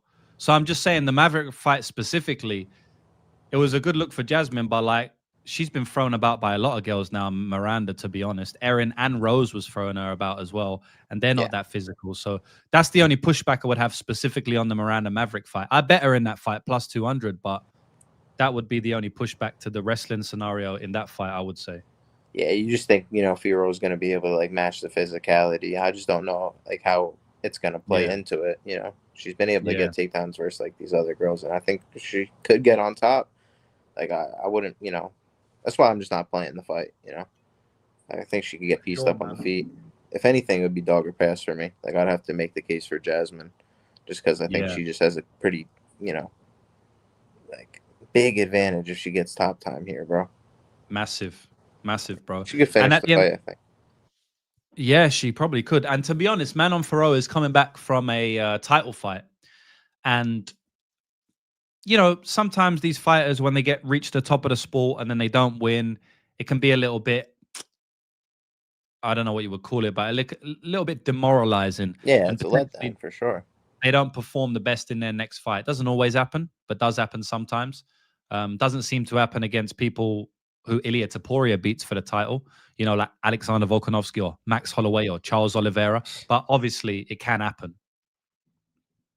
And I think we're more talking about when you haven't touched gold before and then you fight for gold and then it's your next fight, right? So we have to keep that in mind as well. But I kind of feel like Manon Fiorot breaking her nose, I thought she broke her hand, but maybe she didn't. She didn't. I looked into it. Unless there's something I just really don't know. So breaking her nose in that fight and then going 5 rounds with her, you would think that would motivate her even more because she basically almost won. You know, it's not like she got beat up and it was a clear loss. Like you would think, look, she would be thinking like, bro, I should be champion right now. I'm going to get right back to it.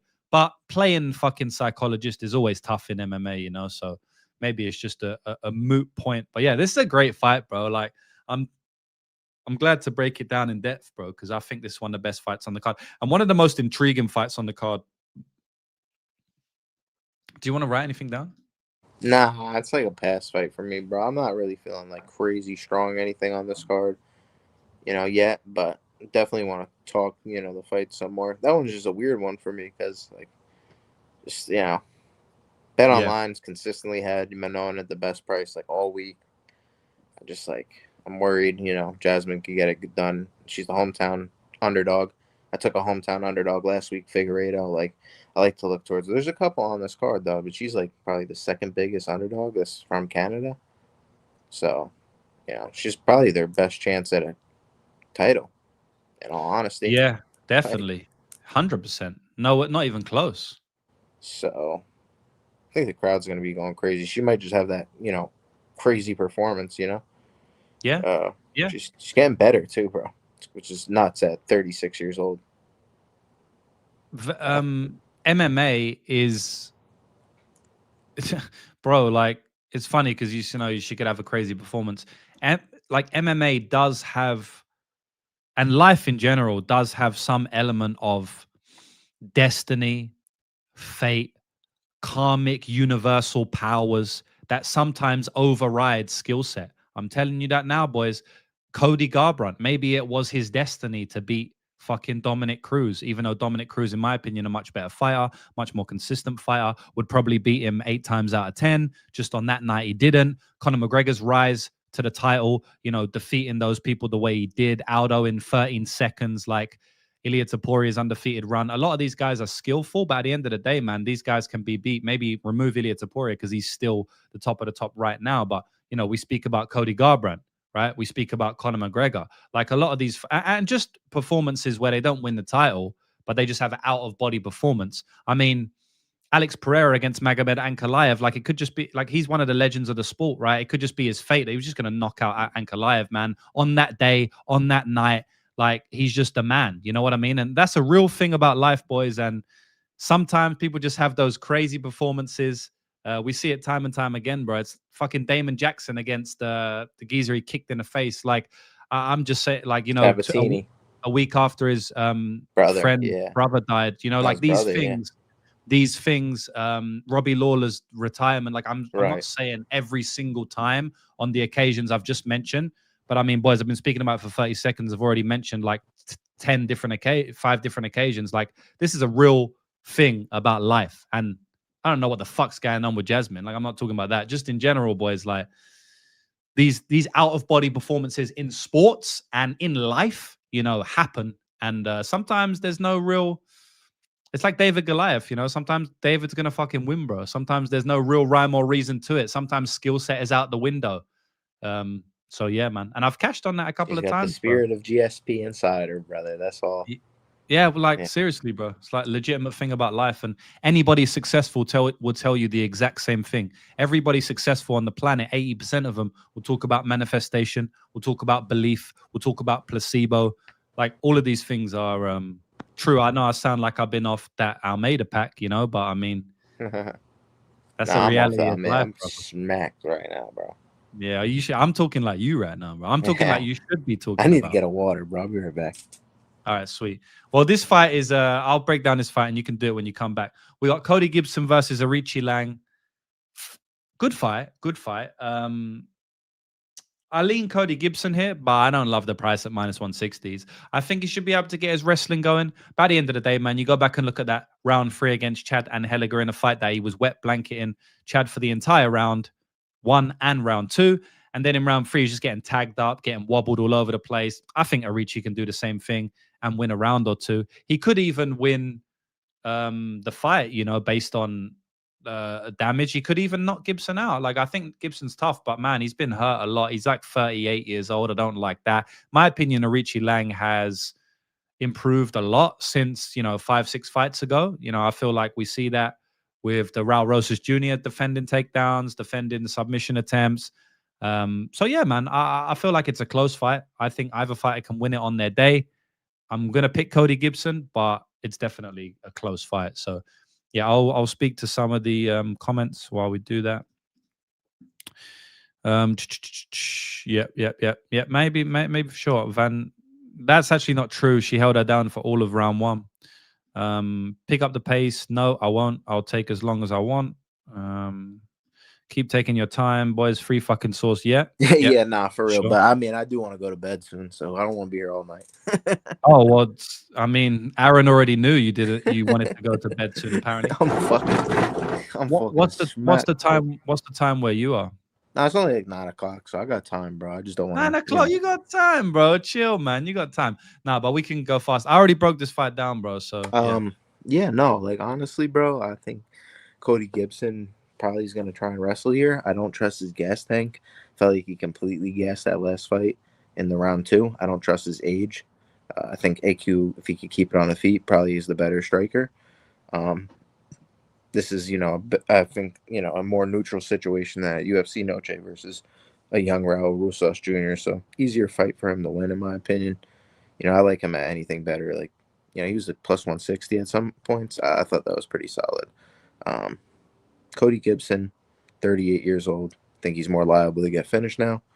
I like maybe even violence on the AQ side. Okay, sweet, bro. I'll write that down. Can you just give me the odds, bro? And just tell me anything you want. For me, I'm passing. I like AQ here. Plus 145. I like his round 2 prop at plus 1200.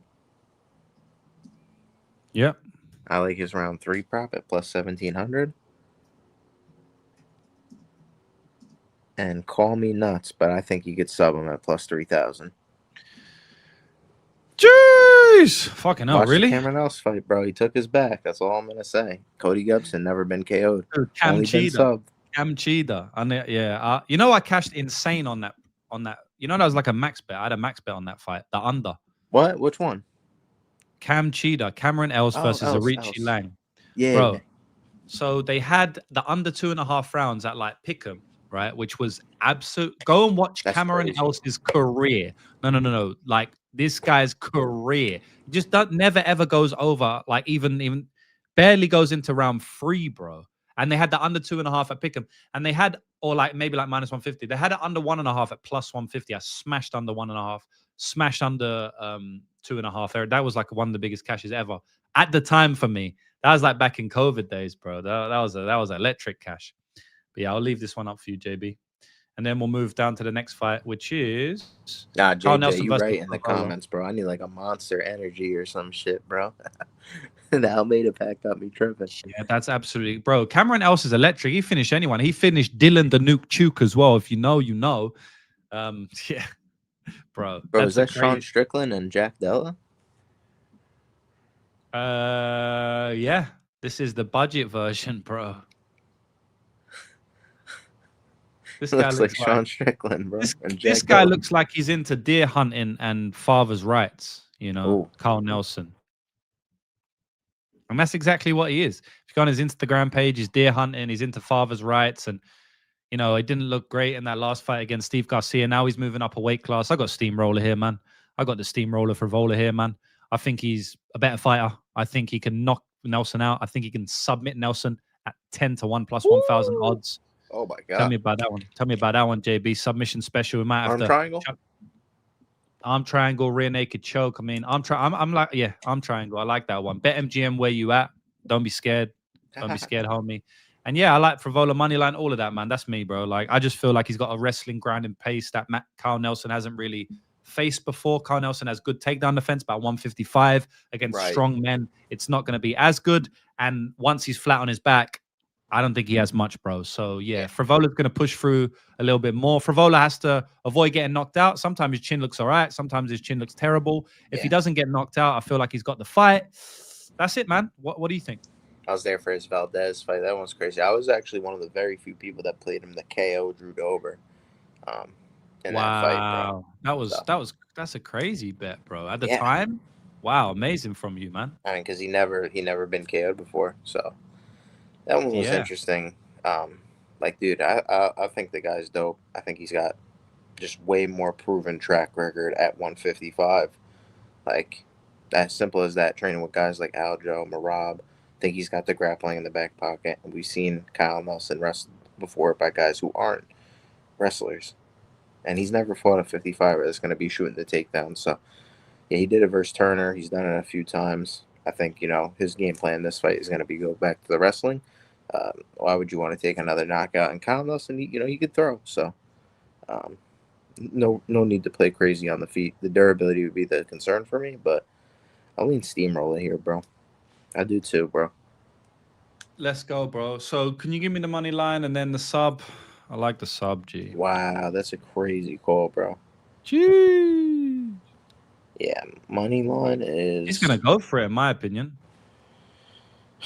The money line is minus 120. Yeah.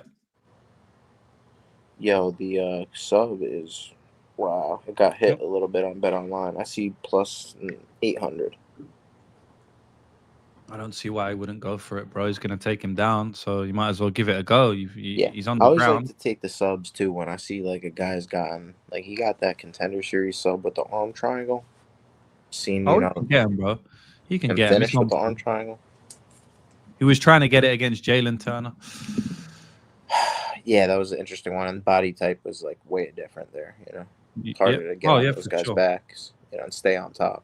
Tough. He got to his back. He just fell off. Charles Jordane versus David Grant. Can you break this one down, bro? I'm going to be back in a sec. Dude, I really like Charles Jordane here. You know, a lot of people are going to be on Davey the Bishop's banger or the Bishopsgate banger. You know, I think that's the name. He's kind of looks like a RDR with a inverted gut, low key. But I think my man Charles Jordane probably going to come out there, body him up on the feet. I think he's going to be the way cleaner striker up the middle.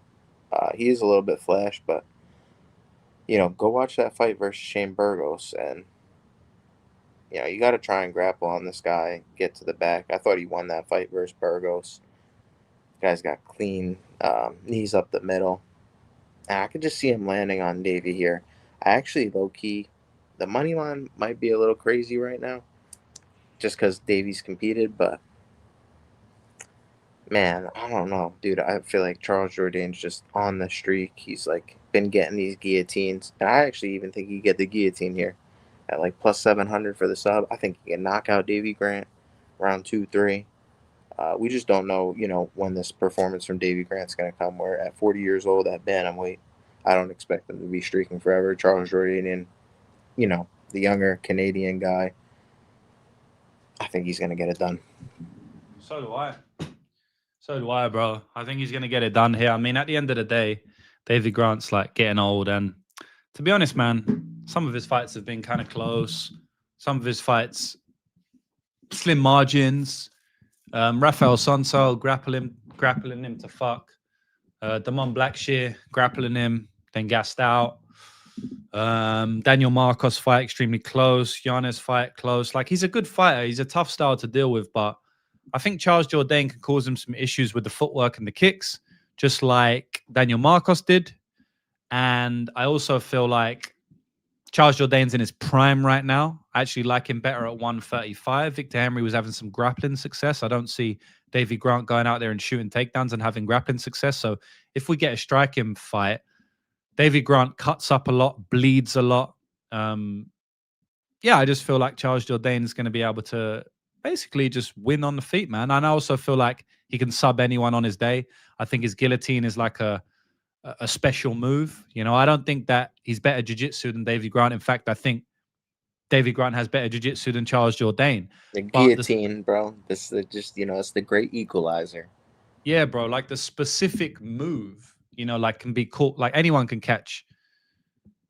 If you're good at a specific move, you can catch a higher level belt in it, you know. And I do feel like Charles Jordane can catch anyone in that guillotine. Victor Henry is a very good grappler himself, man. You know, very, very veteran grappler. And he caught him in it, you know, and he's caught a lot of people in it. So, yeah, I got Charles Jordane. I mean, Jordane's brother is now in the UFC. The Jordane household is going to be live and ready for this one. They're going to be training together. Charles Jordane's brother is a good fighter as well, man. So, yeah, man, I like Charles Jordane in this one. We'll see how it goes. Do you want to put anything in it? I kind of feel like it's a decision, but the sub is always live. Give me the Jordane, bro. I think he KO. Like, I know Davey. Has he ever been KO'd? I don't think so, but he got dropped by Martinez. I think he got dropped by Day back in the day. About Marlon Vera almost KO'd him with elbows from ground and pound and shit, bro. He got dropped by Jonathan Martinez. I think Jordane could KO. Yeah, he definitely got. He's 40, bro. He almost is, yeah. What's the odds? Give me Jordane sub plus 700. Give me his money line too. Just fucking write down minus 170 for fucking shits and gigs. Damn, that got cracked, bro. We talked about that earlier. I think you said he should be minus 170 too when he was like pick him. Yeah, for sure. Wow, interesting. I didn't know that. All right, sweet. Let me know if you want anything, bro. Because if you don't call it out, I won't. Give me the round 2-3, bro. I like that. What's the odds, bro? Plus.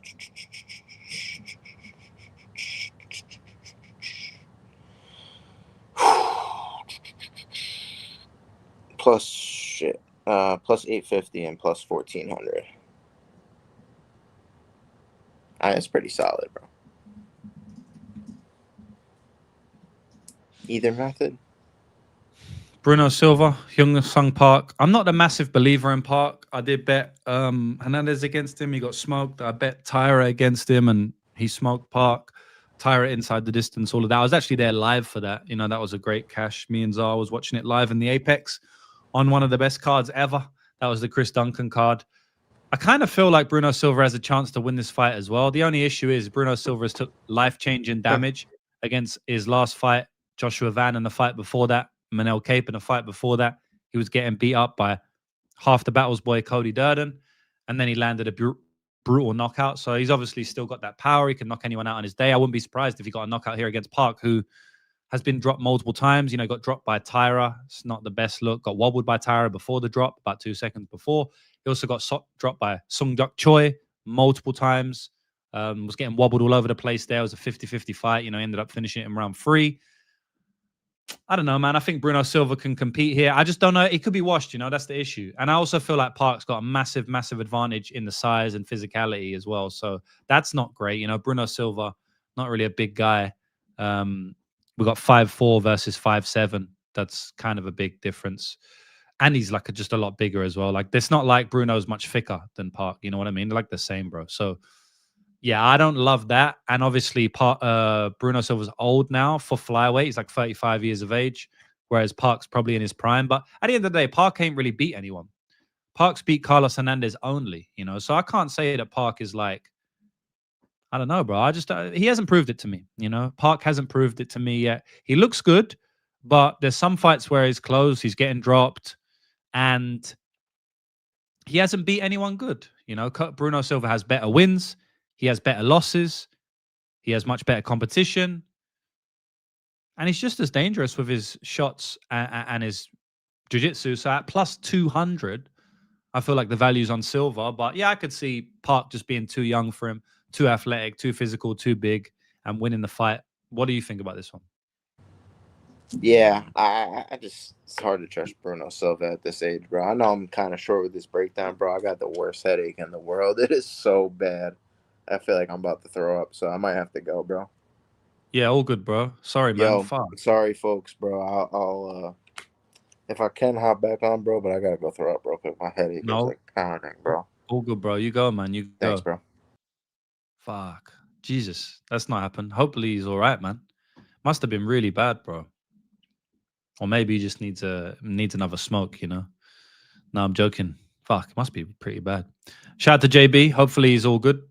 JB, hopefully you're all right, brother. You'll be all right, man. I'm sure it's nothing that serious. Touch wood. So, yeah, that's what I think of the fight, boys. I'm going to write Bruno Silva down. JB said he's tough to trust, Bruno Silva, so maybe I'll write down Park ITD for him if he ever wants to come back. But I think that's the way he covers his line. If he doesn't win, all right, plus 200. I know it might drop now. I don't really care, boys. If Park wins, surely it's got to be inside the distance, you know. Boys, you might have to give me some... You're going to have to give me the odds, right? Everyone in this chat, you're my new co-host, please. You're going to have to give me the odds. I'm just going to write Bruno Silva down. Can you give me Bruno Silva ITD, boys? Bruno Silva ITD. Let me know, boys. And then I'll break down this next fight. And I'll say ITD because, yes, he could KO him, but he could also submit him. Because he did it to Tyson Nam where he hurt him and jumped on his back. It can happen, you know. Danny Barlow versus Jordan Saddles. Boys, I'm going to go... At the end of the day, boys, if you want to see my breakdowns on this, go to my other video. It's a full card breakdown. You can watch that. I'm not really going to go in depth again after I already did it. This is meant to be a joint show. So do you know what I mean? Like, I just can't really be bothered. But, okay, Bruno ITD is 4-1. So I'm just going to write that plus 400. So yeah, with this one, I think Barlow's gonna do it. I think, you know, I had a dream Barlow knocked him out in like 15 seconds. Had a dream last night Barlow knocked him out in 15 seconds. Boys, what's Barlow round 1? Give me Barlow round 1 right fucking now. Sorry, boys, I'm getting carried away. What, doesn't go is minus 145 for that fight? You know, that's pretty decent, man. That's pretty decent. I feel like it probably finishes, to be honest. Will I bet it myself? It's a bit risky at flyweight. I did it last week in the Stuart Nickel fight and looked like an idiot. I thought it was going to be a definite fucking finish. After round 1, I'm like, oh yeah, we are cooking. Like this is going to be, and then somehow just doesn't finish. So it's a bit risky at flyweight sometimes, but I don't mind that. But yeah, Omen bet Barlow in round 1. But to be honest, I just feel like Barlow's way slicker striker. But can I trust him at 185 pounds? It's kind of tough to trust him. Please give me Barlow KO, give me Barlow money line, and give me Barlow round 1 and round 1 KO odds. Please give me all of them. And literally, it's only because I dreamt of it. I don't give a fuck, but I'm a degenerate, boys. You know that. Listen, I play $40,000, $50,000 bets, right, on my confident reads. When I'm fucking around with you lot, my degenerate bets, I put $200, $300, $400, $500 on them. That's when I have fun. That's when I put the bets on that I dreamt of last night. You know what I mean? It's like, it helps me with the mental side of the game. I make my real money on my actual reads, you know, and as always, if you want all of that, the link is in the bio. And then I put some small money when we fuck around, and if it cashes, it's still plus EV, so it's gonna be profitable. We just hit a 52-1 last week, but you know how it goes. We have to have some fun in this game. So what else we got? Santos likes to get punched. That's very true. Round 1 KO is plus 385. Yeah, I'm taking that, bro. Yeah, KO 1 is a lot better than his sub 1. Yeah. I don't know why that, bro. I'm taking KO 1 all day. Barlow KO 1 plus 385. I mean, the Aussie Diaz almost did it in round 3. But what's Barlow money line, lads? What's Barlow money line? Do it yourself, bitch. Shut up, pussy. Barlow decision. Nah, bro. I said no. Bro's got a bad headache. My man Dravi wants to come to the rescue. All right, say no more. Let me sort this out. But man, I got to go quick, Dravi. We got to go through these fights quick because I also got to go. I wasn't expecting this halfway through. But, okay. All right, boys. We got Michael Aswell's. Dravi, can you DM me, bro, on Twitter so you pop up? Because I'm just going to do this thing for Michael Aswell. So, boys, listen. We've got Michael Aswell's PayPal. Let's chuck him $10, boys. Come on. What, you can't chuck $10? $10 to the Texas kid. TX Kid 43. Throw Michael Aswell some cash on his PayPal for cashing us out last week. And tag Parlay. Right, Parlay Madness. So he knows it's coming from us. Right, thank you. In the note. I mean, he's going to know anyway. He's going to see a bunch of fucking 20, 30, 40, 50, $100 in his account. He's going to know where it come from. Thank you. In the note. His is at TX Kid. What is it? TX Kid 43. TX Kid 43 is at his TX Kid 43 on PayPal. All right, here we go, boys. I sent it to you. Pass it on. Bro, if you send it to me on fucking YouTube, I don't even know how to get that money. I need to sort that shit out, to be honest. Why are you giving it to me, bruv? Then YouTube takes a cut and that. Fucking hell. Give it to Michael, bruv. I don't want it. All right, sweet. I'm going to pay him some money. Boys, how much should I give him? I'm going to send Michael a request. Yeah, but you're an idiot. So it doesn't really matter what you're going to do. All right. How much should I send Michael? What are we saying? What are we saying? And boys, someone I know earlier asked me for money. You know, they said they're going through. By the way, I get asked for money from DMs probably 15 times a week. I get asked by people I've never heard of before. Please, I need money, whatever, right? My mum's got cancer. I need money, like all of this shit, right? So someone asked me for money the other day. And look, I understand people, and I know this guy, right? And I only know him from online, right? And I know people are going through it and that. But I thought to myself, like, man, I wish you could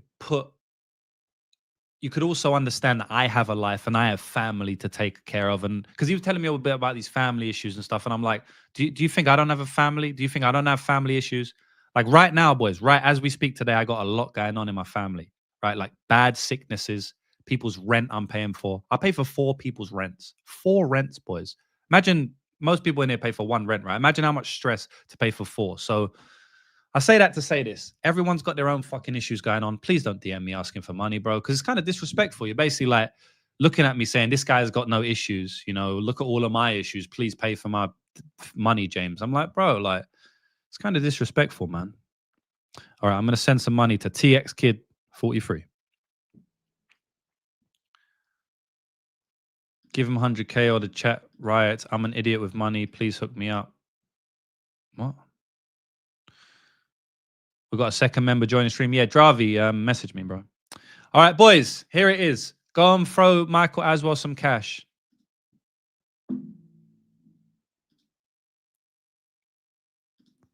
Fuck, I'm doing way too much right now. Dravi, get me the odds up, please, brother. I'm going to send you the thing. All right, boys, I'm sending him some cash.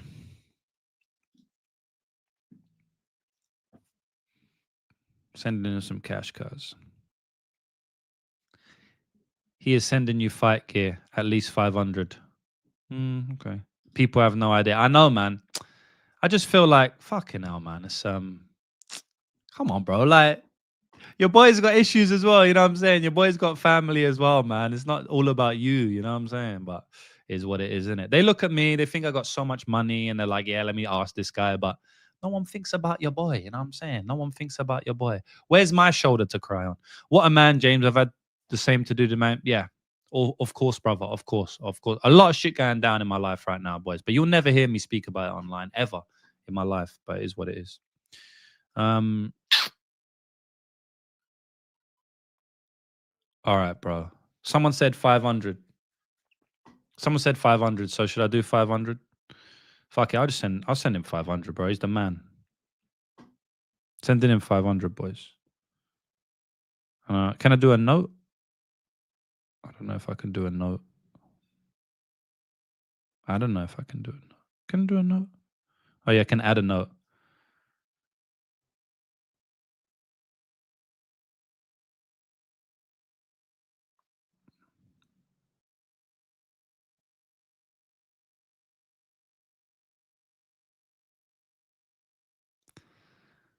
Bro, he's gonna be so happy to get all this money. It's fucking good, boys. It's good, man. Shout out to anyone who's sending him. And if you send him money, let me know. I'm gonna give you a shout out in the chat. That's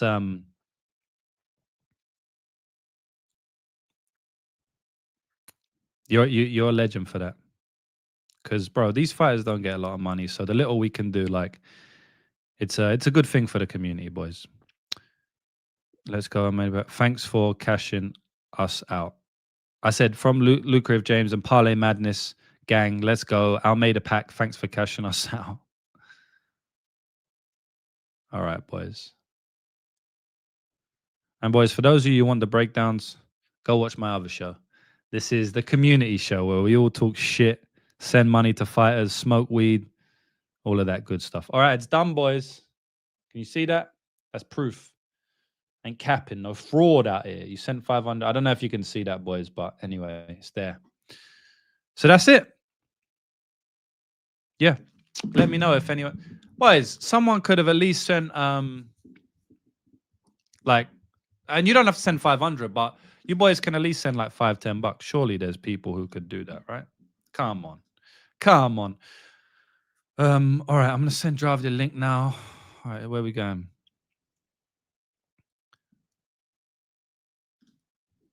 Don't forget to send him address for the signed fight gloves. I don't know if he said the fight gloves, but yeah. Teaching people how to fish is way better than giving you thanks for the fishing. Oh yeah, anytime, bro. I'm happy to do it. Good duo, both of you. Yeah, we've been on fire, man. Sending cash to fighters is cool. Yeah, for sure, bro. Drive you to the rescue. Let's go. He's shooting me a DM. Hope one day I can cash that big to send him 500. My man, bro. You can send them 5. You know, it doesn't matter. It's still good money. 2 real good shit. 200. We did that. We did that. Yeah, nice one, boys. Let's fucking go. All right, I'm gonna get the link. I'm gonna send it to Javi now, and then we're just gonna continue. All right, we got Carl Prepelec taking on Drew Dober. Javi only coming in for like a couple of fights, man, and I can't stay too long, bro. So we can't go back through the entire card. We can't do that, bro. But we can do some parlays at the end. All right, Javi, I'll send it to you. Oh. Yeah, he definitely did say that. He did say that, but it's cool, man. Like, he can do what he wants. I'm not too worried about that. I'm just happy he cashed us out. The man, Dravi, he's come to the rescue. He's come to the rescue. I don't know if he's got a Canada shirt on, but it's red, so I'm going to say it's Canada. He's in Canada right now. 1, if you're not going to Vancouver, why not? And 2, who the motherfuck are we cashing parlays on this weekend, bro? And 3, thank you for coming in and taking the place of JB. Last minute substitution. You're coming in like Quillen Salkilled right now, so welcome. Yeah, bro. You know it's my people. It's Canada, bro. I had to come out here, and yeah, we're gonna cash some parlays. That's for sure. And bro, I'm in Quebec, so Vancouver is like the opposite of Canada. It's like I was going to the opposite side of the world, even though I stay in the same country. So that's why I'm not going. But I thought about it.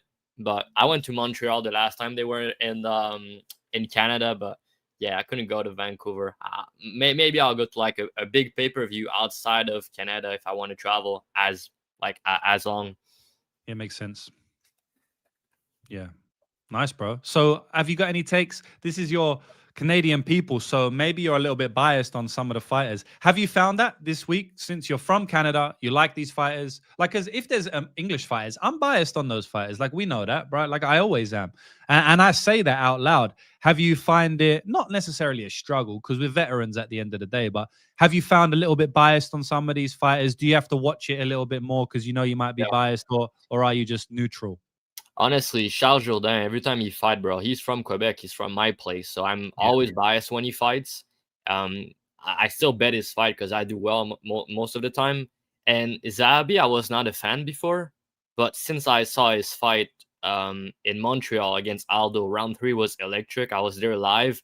And, you know, he also speaks French and everything. So I'm kind of a fan of him now. But I'm not like biased. But Charles Jordane, definitely, I have to be careful. And you know, don't only bet him because I love him, because, you know, that's not how we make money. So, yeah.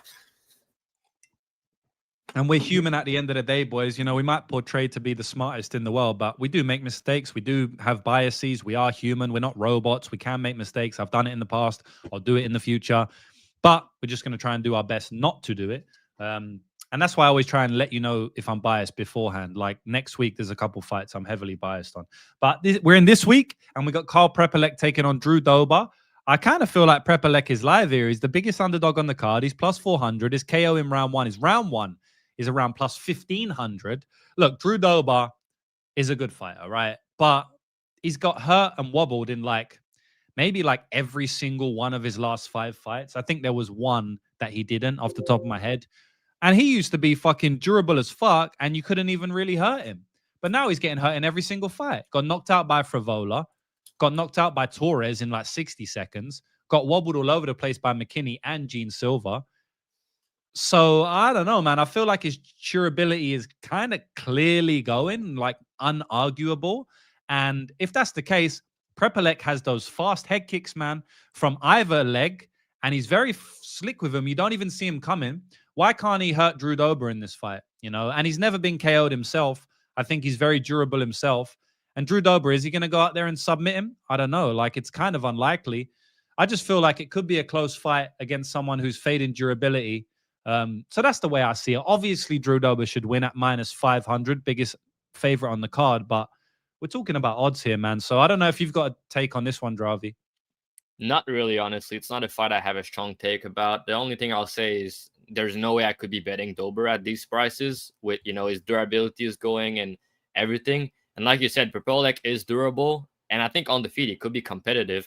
My problem there is Dober's coming back after a KO loss and he has a grappling edge here. So I think he might go to it. And if he does, there's a chance that he might look like a big favorite. So that's why I'm just going to stay away. But moneyline wise, it's dog or pass for sure. I think Propelec, he's what, plus 350 or something. I think there's some value. It's just, I think there's going to be another fight soon to fight Drew Dober, and I'm not going to bet this one. Yeah, fair enough. Am I gonna put in a parlay? Yeah, maybe I'm nutty enough to put in a parlay. I'm gonna write Propelec down. Propelec, bro. Do you have the odds up? Yeah, I got you. You want bet online odds? Yeah, whatever. Like Propelec money line, and then also round one. Yeah, 350 for money line. Yeah, and round one is 1200. Yeah, that's all right, bro. I can give you Bet365 odds if you want, James. That's all right. It's similar shit, bro. When we first started the show, I was like, oh, we're gonna do it all officially. Like, what should we use Bet Online, or maybe we can't use that because people can't parlay. Like, now I'm like, bro, they're all similar. Who gives a fuck? This is a degenerate show. I'm just here to talk shit. I don't care if the odds are off by 10 cents. Honestly, man. If you call me a fraud for that, then yeah, go on, continue. I don't give a shit, boys. Next fight, we got Stephanie Luciano versus Ravina Oliveira. Yeah, I got Luciano in this one. I feel like she's just way better in every realm of the game. Maybe not in grappling and jiu-jitsu. Oliveira's probably not the worst of all time there. She can get the grappling game going. She's moving down 2 weight classes here. Maybe it's like Amanda Lemos. When she moved down 2 weight classes, she just looked like a beast at that new weight class. But I think when fighters move down 2 weight class, a lot of the time, maybe they don't look like a beast, Oftentimes it doesn't even happen.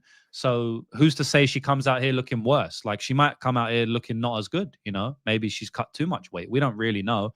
She's been off for a while. She's had injuries as well, which I don't like. Stephanie Luciano is a tough girl, man. She ain't going to quit on herself. Pretty good in all realms. She made massive improvements in the rematch against Talita Alencar.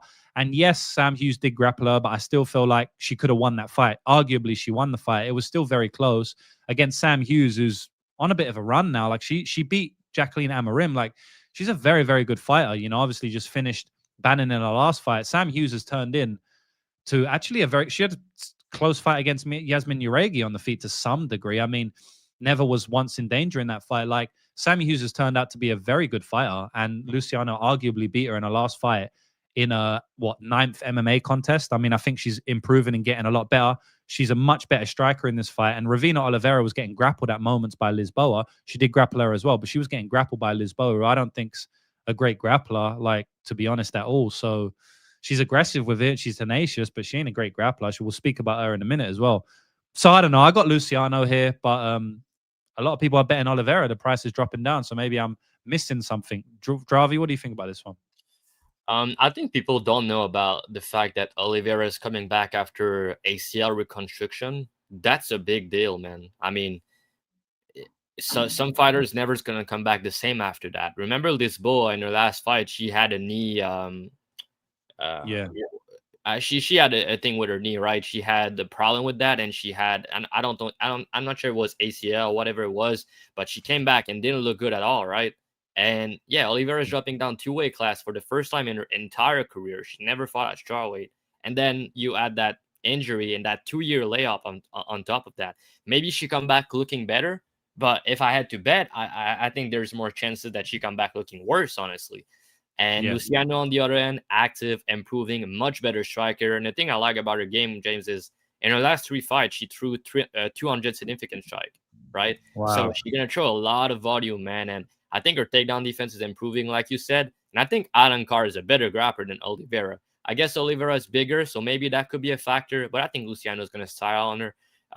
It's just, what do you want to write down? Maybe the money line. I think there's value at minus 280. I think it's value, man, honestly. But I don't know if you like any props. Do you want to know any odds? I don't know. Like Luciano's gone to decision with complete bums, like 0-0 fighters and stuff. So I don't necessarily think a finish is that live, but at the same time, I would never play the decision prop. If anything, I would play the finish. So, but just because she's coming back, she's moving down a weight class. In my opinion, Luciano's improving dramatically fight to fight. She is going to throw 300 strikes. I have seen Oliveira grappled before and end up in bad positions on the ground by a Muay Thai fighter. So, could it happen here? Like a lot of the outside of the octagon stuff and the narrative and the Luciano improving and being young and like developing in MMA, like that stuff tells me ITD is, and the odds tells me ITD is the side. Obviously, outright gun to my head, I think is a decision. What is the difference between decision and finish? It's big. The ITD is plus 300 and decision is minus 165. Yeah, so I mean, I'm not gonna write it down, but I would definitely lean to the ITD there. Just because imagine you lay minus 165 and she finishes, like that would be fucked up, bro. Yeah. But yeah, I do think it's a decision, bro. But yeah, I reckon pass on that altogether, man. I agree. All right, so the next fight on the card, and we're getting almost into the last fight. We got Bekoev versus Yusri Belgari. Now, I actually speak to Dravi about this fight off air, so we might have to have an on-air battle here. I mean, I have to cut him some slack because he's betting a big underdog, right? So it's not just breaking down who's going to win. We have to break down the value, which is an important aspect of it. But I personally feel like Bekoev is going to win and cover his price tag here. The issue for me is Belgari, I think, on the mat is a fish off his back. I don't think he has anything. At the end of the day, this guy's a striker. Beat Alex Pereira in kickboxing. Lost to Alex Pereira as well. Fought Israel Adesanya, Donovan Wizes. Fought the best of the best. Also beat some of the best. But what that means oftentimes is if he gets taken down, he's got nothing off his back. I mean, I don't think Alex Pereira has much off his back. I don't think Izzy Adesanya has much off his back. I don't think Yusri Belgari has much off his back. And he is fighting the best wrestler grappler he's ever fought. So it's kind of binary to me. It's like Belgari has amazing knees up the middle. You know, like he definitely could land a knee here. But I think outside of that, I don't think he has great power in his boxing. He took till round 3 to finish that Japanese bum after poking him in the eye multiple times. Wasn't going to get a contract at all because, you know, the commentary were going crazy about all the eye pokes in that fight. He didn't look that good, in my opinion. And he did get a finish in round 3. I don't even think he got a contract that did he get a contract when he finished that guy? He did not. Yeah, so he went on the Dana White's Contender Series twice, didn't get a contract. I will say, the fight against Tulio was like super close. Like, you know what I mean? That was a very close fight. He was sick going into that fight. By the way, he was on antibiotic. I think he has like Leigh disease or something. So he was super sick on antibiotic, and he slowed down in that fight compared to his other fights. But you know what's weird about that is I think he looked better in that fight than he did against the Japanese fighter. I think he did, but I think his cardio looked worse. Maybe later on. Round 3, he just got taken down early and then never got back up. I don't know if that was. I don't think that was cardio. I think that was just he hasn't got much from his back. I've seen a regional scene fight as well where he's getting taken down multiple times. He does actually get back up to his feet a couple of times there, but I don't think his get-up game looked that good in that fight. He lost the fight, but he arguably won it. It was like I think it was a unanimous decision, but it was like very close. But at the end of the day, man, Bekoev, like this guy is a seasoned wrestler and grappler. Like he's definitely going to shoot takedowns in this fight. If he doesn't, maybe he doesn't because he knocked out Loda. He might be a retard. But I think we see the regional scene Bekoev where he's shooting takedowns. He's grinding a lot. And I just don't see Belgari getting back up to his feet consistently. I think two takedowns is the fight. I think maybe he can ground and pound him, finish him late. I think his cardio is better, Bekoev. I've seen him go 5 rounds. I don't think Belgari has the cardio to keep up with the wrestling and grappling pace for that long. So I got Bekoev here. I just kind of feel like Belgari has to like hit a crazy flying knee or some shit. But yeah, man, what obviously your take's different, bro. So let me know your take. Yeah, Belgari went 5 rounds before as well. I think it was his fight before that with Contender Series. Yeah. I guess I disagree with the cardio aspect. I don't think it's cardio. I think they both have very good cardio, honestly. But yeah, maybe if you get pushed to the grappling a lot, he can slow down more than if it's on the feet for sure. And the other thing I disagree is I think Begari has really good takedown defense. Honestly, he does all the right thing about the way he defends takedowns, and he's the much bigger fighter here, man. He's the much bigger fighter. He's the better striker. And at the end of the day, when I look into this matchup, it's like one guy is bigger, he's the better striker, and he has good takedown defense, and the other fighter is more well-rounded. You can maybe bunk him on the feet, I guess, but I think Bikoev is more likely to get hurt, honestly. I've seen this dude getting hurt a lot on the regional. He got hurt by Dylan Butka. He got outstruck by Dylan Butka. And there's other fights where he got hurt, especially with a knee, like you've mentioned. It was the Fernando fight in round 2. He got hurt with a knee, and Begori has really good knee, good timing with them. And if you're trying to shoot and you're much smaller and you trying to time your takedowns, if you get caught with a knee sometimes, you might not want to shoot anymore. That could be something that happened here. But yeah, I guess Bikoev could wrestle him. The thing here, I think there's just a big downside if you bet him at chalk, because if somehow he can get him down, I think that's a possibility. I think that he's going to lose on the feet pretty comfortably. I think Begari, taller, longer, can knock him out as well. I think that he's more likely to KO Bikoev than the other way around, personally. And Bikoev, yes, he's good on top, but I don't think he's that good of a finisher, honestly. And Begari, you've mentioned the get-up game, and that's honestly my concern about the bet, is I don't think his get-up game is very good, especially in the middle of the cage. I think against the fence, he has some decent get-up. I don't think he's a fish per se, but you can clearly see that he has a problem there. Begoev can be the guy to test that. But man, it's a market thing for me as well. Everybody's so high on Begoev right now after his last 2 wins, and everybody's so low on Begori. I post him on Twitter, Begori, for my free bet of the week, and I don't know if you've seen, James, but the hate that I had on that post was probably one of the worst I've ever had. Like probably 50 comments, people saying Bekoev is a lock. There's no way Begoev will win. He's a bum. He should not be here. Bro, you could go watch that after the podcast. You're going to just laugh. But everybody's so high on this Bekoev kid, and everybody's low on Begori right now. So there's another reason why I like the underdog. Nobody want to bet him. Everybody want to parlay Bekoev after his last performance. But personally, man, knocking out Zach Reese and Loader, who doesn't have much striking and have bad defense and bad chin, I mean, it's okay he did that, but I think it's a different matchup here, and I do think he's going to struggle a bit, and I think it's going to be a close fight personally. So, yeah, I took a shot plus 250. I think there's value, but the market kind of agree with you, bro. He's Begori's plus 270 right now, so. Yeah, we'll see, man. Like, I'm never going to, start going so crazy, like, you're an idiot. If you're betting a plus 250, it is what it is. MMA, shit can happen, you know? I just feel like I'm not really looking at the Loader or Zach Reese fight, because if you remember my breakdown, I said I think we see the return of the regional scene Bekoev, you know, and I actually think that fighter wins against Belgori versus the fighter against Zach Reese. I mean, I'm not taking much into that. Zach Reese, his chin might be dust. I don't really know. He got finished on the ground by fucking a slam, you know, so that's never a good look. Obviously, the Ryan Loader one shows he has some power. He's hurt some guys on the regional as well. One thing I will say is Bekoev doesn't have much on the feet, but he does have big power and heavy overhand and hooks.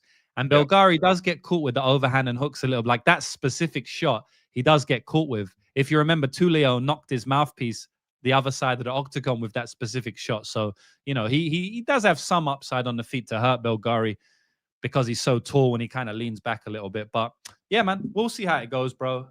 I guess we probably won't write anything down here. I don't love anything for a parlay. Do you like the over or under? I kind of like the over in this one, to be honest. Yeah, I like the over. I like the over as well. Honestly, I think if the fight finishes, it's Begori by KO, probably like a knee or something. That's the way I see it, but I don't think it's like so likely. I think the total should be 2.5. Same. What's the odds for GTD and then also over 1.5, just so we have some more legs? It's minus 175 for over 1.5, and it's plus 185 for GTD. I think if Bekoev wins the decision, I think UFC can KO him, but I also think he could win the decision. But yeah, I don't think GTD should be plus 185. I don't agree with that at all. I don't. I do think Bekoev can finish him. You know, he could, but I don't think it should be that favored. Don't you think? It's a big price. Yeah, no, definitely. Like that's wrong, bro. Like if anything, I'd actually lean to like a GTD, to be honest. Like even as an outright pick, bro. Kind of 50-50, right? Yeah, I think it's about 50-50, and it's plus 185. That's a massive price tag, you know. So yeah, I don't mind that one, but yeah, it's all good to have a bit of disagreement. Croden versus Tainara Lisboa. Yeah, I like Croden in this one, bro. She was an underdog. I think she's a favorite now, which is kind of crazy because I played her when she's an underdog. I think we both did at massive price tag, like plus 140. I got. Yeah, bro, which is huge, man. So she's a favorite now. Like that's a big line change over the week. So I wouldn't play her as a favorite because we don't really know much about her at the end of the day. Like she's an older girl as well. So is Lisboa, but she is still older. I don't expect her to come in and look so different than she did in any fight, Cavalcante, etc. One thing I'll say is like her 2 losses are against really good girls. Like Cavalcante is a very good fighter. And who's the other chick she fought? Is it Santos? What's her name? Yeah. The one she lost against. Santos? Yeah, it's Santos. The judo girl. Yeah, I can't remember her first name. But no, it's not. No. Someone else. You're talking about Lisboa? Oh, no. I'm talking about Croden. Evelyn Santos, I think. She lost to Cavalcante. Yeah, she lost another fight. I think it's Evelyn Santos. It might not be Santos, but it's Evelyn something. Anyway, she lost that fight, and those 2 girls are really, really good. Not Emily. It's not Martins. Evelyn, yeah, Evelyn Martins. Yeah, she's a really good fighter. Evelyn. She's in PFL now. She's like 6-1 or some shit like that. I think she just lost against someone recently, but she's actually a good fighter. The only issue I have with that fight, she was 19, Evelyn, when she won that fight, and she still managed to beat Melissa at 19 years old. Like, she's not a phenom. She's a good fighter, but I don't think it's a great look to lose to a 19-year-old when you're like 27. Like, that's kind of a bad look. But she seems to be one of those fighters where she's gonna run close against girls. Like, she's never gonna get run over, you know. Like Cavalcante fight was close, even though she lost it. She got killed in round 1, but outside of that, it was a close fight. And then the Evelyn fight was a close fight for the entire 3 rounds. So I feel like she's a tough girl, bro. Like, it's not easy to. Sam Hughes, she's kind of like a Sam Hughes, bro. Like, even if you beat her, it's not just going to be a complete domination. Like, it's probably she's going to have moments. So I like that about her, but I also don't love she lost to a 19-year-old. But I just feel like she's better in this fight on the ground, even though Lisboa is the one shooting takedowns. I think Croden's probably better on the ground, bro. I think if she shoots takedowns, Croden's going to reverse her, and Croden's going to get in top position, and Croden's going to fucking beat her up on the ground. I think she could elbow her. I think she could hurt her. She's a very physical girl, very, very strong. And Lisboa is a white belt on her back, bro. So I actually feel like even though Lisboa is going to be the one grappling, probably, Croden has more upside in the grappling. That's what I personally believe. It doesn't necessarily show it in tape, but if you look beyond just who's shooting and who's getting grappling wins, you know, like her choke against Jessica Rose Clark and stuff, I actually think Croden's got more upside in the grappling. And I like Croden's kicking game and her taekwondo movement to stall some of the Lisboa Muay Thai strikes, you know, because she likes to stand in the middle, 1-2, go to war a little bit. Croden will do that, but she'll also run around on the outside and throw kicks. And I feel like that can come into that could be to her advantage here. If the fight does get into boxing range, I feel like Lisboa can hurt Croden, because I've seen Croden hurt a couple of times, not just against Cavalcante, and it was always with the boxing in boxing range. But I also think Lisboa can get stung as well. Lisboa got stung by Oliveira, or I've literally taped all of UFC 321, so I get these fights mixed up. But Lisboa got stung by not only... She got stung by someone anyway in boxing range. So I feel like Croden can hurt her as well. In the clinch, Croden looks better, but Lisboa has a lot more experience there coming from a Thai background. So I don't necessarily know how that's going to go. I think Croden will win there, but I think it could be kind of close. I think Croden's bigger though, and so she could hurt her in the clinch. So I like Croden like in every realm of the fight. I know it's her UFC debut. Maybe she doesn't perform well, but that's my take on the fight, bro. I guess you agree with me to the most part, but like, what do you think about this one? Yeah, for sure. I do think the clinch is a big part of it, the physicality, and also just if she get on top, man, she can just wreck her. Ground and pound is really good, and Lisboa has just nothing on bottom. That's the issue for me. And like I talked about earlier, it's like after her knee injury that she had, and she came back in her last fight, she looked bad.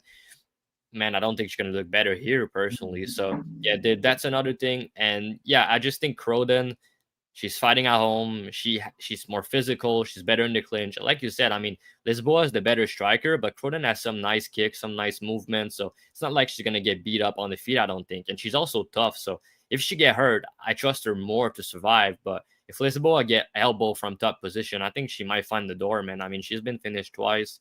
I think that can happen again here. She's been submitted twice actually, but I think this time around, I think she might get TKO. Yeah, what's the price for like the sub and the TKO? I'd be interested if there's a big difference. I'll just take that because I do think it could be either. Yeah, it's a big difference actually. It's plus 500 for KO and it's plus 900 for sub. Yeah, I wouldn't mind taking a shot on the sub there, to be honest. But I would probably cover it with 2-3.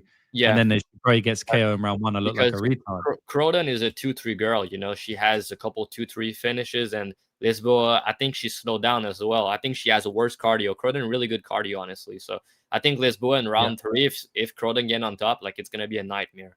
But yeah, I don't think Croden is all that good, honestly. It's just there were a lot of upside at plus money with the size, with the career trajectory, with her fighting at home, with the ground, with the finishing upside and everything. But I do think she should be around minus 125 where she at now. So I wouldn't bet the money line now, but I think 2-3 is good as well. Like 2-3 or maybe the submission because of the difference between the two. But I'll lean KO personally. Yeah, I do worry about Melissa getting hurt. Like I definitely do worry about that. I mean, you can't watch that Jacqueline fight and not worry about it. You know what I mean? And I'm just gonna say something about the Lisboa side, but there is like plus 1,000 KO prop on Lisboa on the market. I think that's good if you like that side. Like the fight doesn't go as plus 150, and I think Lisboa KO is just so off. It can be plus 1,000, and her submission, James, her submission is plus 600, and her KO is plus 1,000. Yeah, it was 12-1 on some books. That I think that's very wrong. Even though I like Croden, I think she can be hurt for sure. Lisboa can crack, man. Yeah, and she's a Muay Thai fighter. It's weird though because she does grapple a lot, but she is a Muay Thai fighter at heart. So I wouldn't be surprised if she was hurting Jessica Rose Clark on the feet multiple times before she ended up submitting her. So I don't mind the 12-1. She has bad fight IQ, man. That's another issue. Like she's gonna grapple when she should not, and she's gonna push the grappling too much, getting reverse and shit. When she should just strike, she just strike her. But her grappling offensively is not bad, but she just make a lot of mistakes, man. Yeah, Oliveira had her on her back in round 3, and that wasn't a great look in my opinion. Yeah, she was gassed there. I think she was gassed as well. Yeah, definitely. And in round 3 against Jessica Rose Clark, even though she got the finish, she was gassed there as well, bro. Make no mistake about it. She was gassed in a win. Because sometimes people feel, oh, he got a round 3 finish. He's not a gasser. No, it don't work like that, bro. Your opponent might be gassed as well, so you can still get a finish. And at the end of the day, shit happens. You land a shot, you get a finish. Doesn't mean you're not gassed. I think Lisboa gasses out in almost every fight that she's gone late. Oliveira, Jessica Rose Clark, and Luana Santos. She was gassed in all of those fights. Why isn't she going to get gassed here against Croden, who, in my opinion, has better cardio? So, yeah, I don't mind the 2-3, bro. It's kind of solid. I'm going to write that down for a parlay. Do you have the money line price and the 2-3 price? Yeah, a minus 122 on the money line, and the round 2 is plus 900, and round 3 plus 1,000. Fucking hell, they ain't giving us much there, are they? Well, is that bet online? Yeah. Yeah, I can give you. That's all good. I can give you bet rivers because actually we can't parlay props on bet online. Like, honestly, I don't really care. I'm just bet online's a cunt. Look, round 2 900 and round 3 1,000. You bastards, mate. Give me some 900 and 1,400 like every other square book that I play on, man. Come on, bro. They know what they're doing though, man. They're smart. Yeah. So yeah, we're in agreement on that one. It's good, bro. So, bro, this is the time for the fucking parlays, which is the best part of the show. JB, if you're there, bro, send the parlay in on text or some shit, and we'll write it out. But I'll do parlay Lou, and then we'll have to do. I don't know. We have to think of a name for you, bro, because it's got a rhyme with Lou, bro. We got Lou, Jew, Purdue. What's your real name? Do you want to say that or not? It's Nick. You can say Nick. Nick, parlay new. I don't know. We'll think of one, bro. Boys, think of a name for Dravi in the chat. It's got a send. It's got a rhyme with Lou. All right. I got a crazy one in mind, James. All right. We'll get to that. We'll do. I'm just a bit superstitious. We've been killing it lately, and I've always been going first. Parlay Lou, so I want to do it first. I'm gonna go with Croden. You go first, bro. I'm just saying for after. I got one. Shit. Sorry, I haven't even shown you it. Okay, sweet. I'll go with Croden money line. I'll go with Fravola money line. I'll go with Jordane. I'll go with Jordane money line. I might just see what we're getting with those three boys. Let me bring up the odds. I'll use. I can parlay it for you if you want. Yeah, bro. If you can, I mean, I've got it up now, but Jordan, I Fravola, got it. and who? You got it? I got it. It's plus 430. That's nice for me, boys. It's a little nothing crazy. It's a small parlay, I know, boys, but we're just gonna stick with that for now. Yeah, and I agree with the 3 legs, by the way. So Okay, nice. And we got a bunch of Canadians there. Fravola's not. He's taking on Carl Nelson, so we're going against the Canada there, but it's all good. Parlay Drew. Okay, we're just gonna have to do that, mate. I know you're draw, but just be Drew for this show. it's all good, bro. So Go you on, want bro. like a safe one or a crazy one? Because I can give you a crazy one, but I've not thought about like a safe one yet. Well, there you go, bro. You have to just give the one that you thought about. If it's crazy, it's crazy. All right, we like bro. crazy. We like Jourdain, crazy. Is Jourdain submission? All right. Bruno Silva KO. 66 to 1. What's the submission line? Plus 700. Plus 800 Yeah. and plus 650 Bruno Silva KO. All right, so it's plus 5,100 odds, right? Nice. If you hit that one, you've just come on your first show and hit the biggest parlay in Parlay Madness history. So good luck, brother. I'm gonna put a little something on it right now. You have to, bro. You have to. I play all of these as well. Then we'll do Parlay. Actually, we have to call you Draw. We can't just change your name, bro. We'll just do Draw. We'll do Parlay Lou and Draw. I just wanted it to rhyme. So we have to do a combination parlay now, bro. So we'll all pick some legs we both like. All right. Gonna go with can you get a round 2, round 3 like prop Combos together? Yeah, do you have that? I don't have access, but I can tell you on the FanDuel if I open the book. Yeah. And then, boys, you can just separate round 2 and round 3 in 2 different parlays if you can't do it yourself. But yeah, give me the combo. Yeah, I'm gonna check it out. Thanks, bro. That'll be mine. Croden 2-3. We both like it, so fuck it. Solid. Let's go. Let's send it for JB. Yeah, JB, where's your parlay, motherfucker, man? Hope JB's all right, bro. I'm sure he's all good.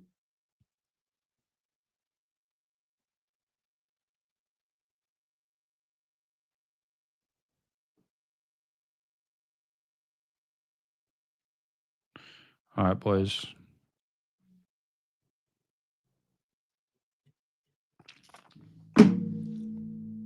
You got the odds? I don't find the combo yet. I have 1, 2, but I don't see get 2, it. 3. I'll get it. Go on. What's your leg? Combination one. Can you Oh, sorry. maybe see the odds first? I don't. Yeah. And then you can add anything if it's not on there as well. You know what? Let's do Jordan 2-3. Jeez. Damn, we're all in on Jordane finishing Davy Grant, the unfinishable Davy Grant. That's a tough one, bro. But we're riding it. We got the two Canadians, so you never know. How you think he's gonna finish him? Oh, you said sub, right? I think you can catch him in the guillotine. I have a feeling that Davy Grant is not gonna like the striking as the fight goes. He's gonna get cut and trying to shoot. And Jordan is elite at that guillotine, man. That's his move, bro. And he said he's gonna go for it in his interview. So he went for it a couple times. I'm getting plus 550 for the combo for Charles. And then I'm getting, and boys, you probably can get better out there, but like I said, who cares, man? I'm just doing it for the show. And then for Croden, 2-3. Should be better than that. They're giving me plus 575, so almost the same. They're actually quite smart there, to be honest. So that together, plus 575 and plus 550. That's going to be a big one, boys. And I think we might just leave it there, boys. 550 plus 4 to 8 odds. So that's it, man. That's it, boys. We did it. We motherfucking did it. We did a bunch of stuff. We got Aswell on after cashing us the biggest parlay in Parlay Madness history. And then we got him on the show. So shout out to Michael Aswell. And like I said, if you guys have won on him and you want to support him, send him $10, send something like my man Blind Muck here. Shout out to you, bro. He sent Michael $25, which is half of what he won for me, bro. You sent 50%. That's epic from you, bro. It's a very good thing you do. And it's a very good thing you do, brother. Paying it forward and all. Let's fucking go, man. Let's bring some positivity to the gambling community. And I'm going to scroll up and I'm going to get Michael Aswell's PayPal one last time. For anybody who feels so inclined, they can... I'm just trying to scroll up, boys. They can... Here we go. If anyone feels inclined to help out my man Michael Aswell, to say thank you, for cashing us the craziest parlay in Parlay Madness history, then that is his @ is TXKID43. And that's it. Make sure you also say in the chat, get well to JB. Make sure you also say thank you to Dravi. And I'll say that thanks for coming on, bro. Short notice submission. We've got the parlays there, boys. If you didn't see them, you can scroll back. But here's the parlays. This is it. I'm going to go put these in right after this show. And that's it, man. Dravi, you got anything to say before we kick out? No, bro, it's all good. Thanks for having me, bro. Let's catch those tickets. If you guys want to hear more from me, Beat the Line broadcast on YouTube every week. So let's go, James. Let's get them. Let's go, bro. And how do you say that? What you just said in French? Because we're in Canada, yeah, bro. For sure. On va cash beaucoup de tickets en fin de semaine. Puis si vous voulez me voir sur YouTube, je parle en anglais, mais Beat the Line broadcast sur YouTube. And James don't know what the fuck I'm saying, but it's okay. It's all good. Bro, it's all I speak in the daily, every day at my job, in my real life. I never speak English, bro. So yeah, wow. That's my real language. I speak French. Thank you for that, bro. Merci, bro. Thank you for that. Peace out. Peace and love, everyone. Let's go.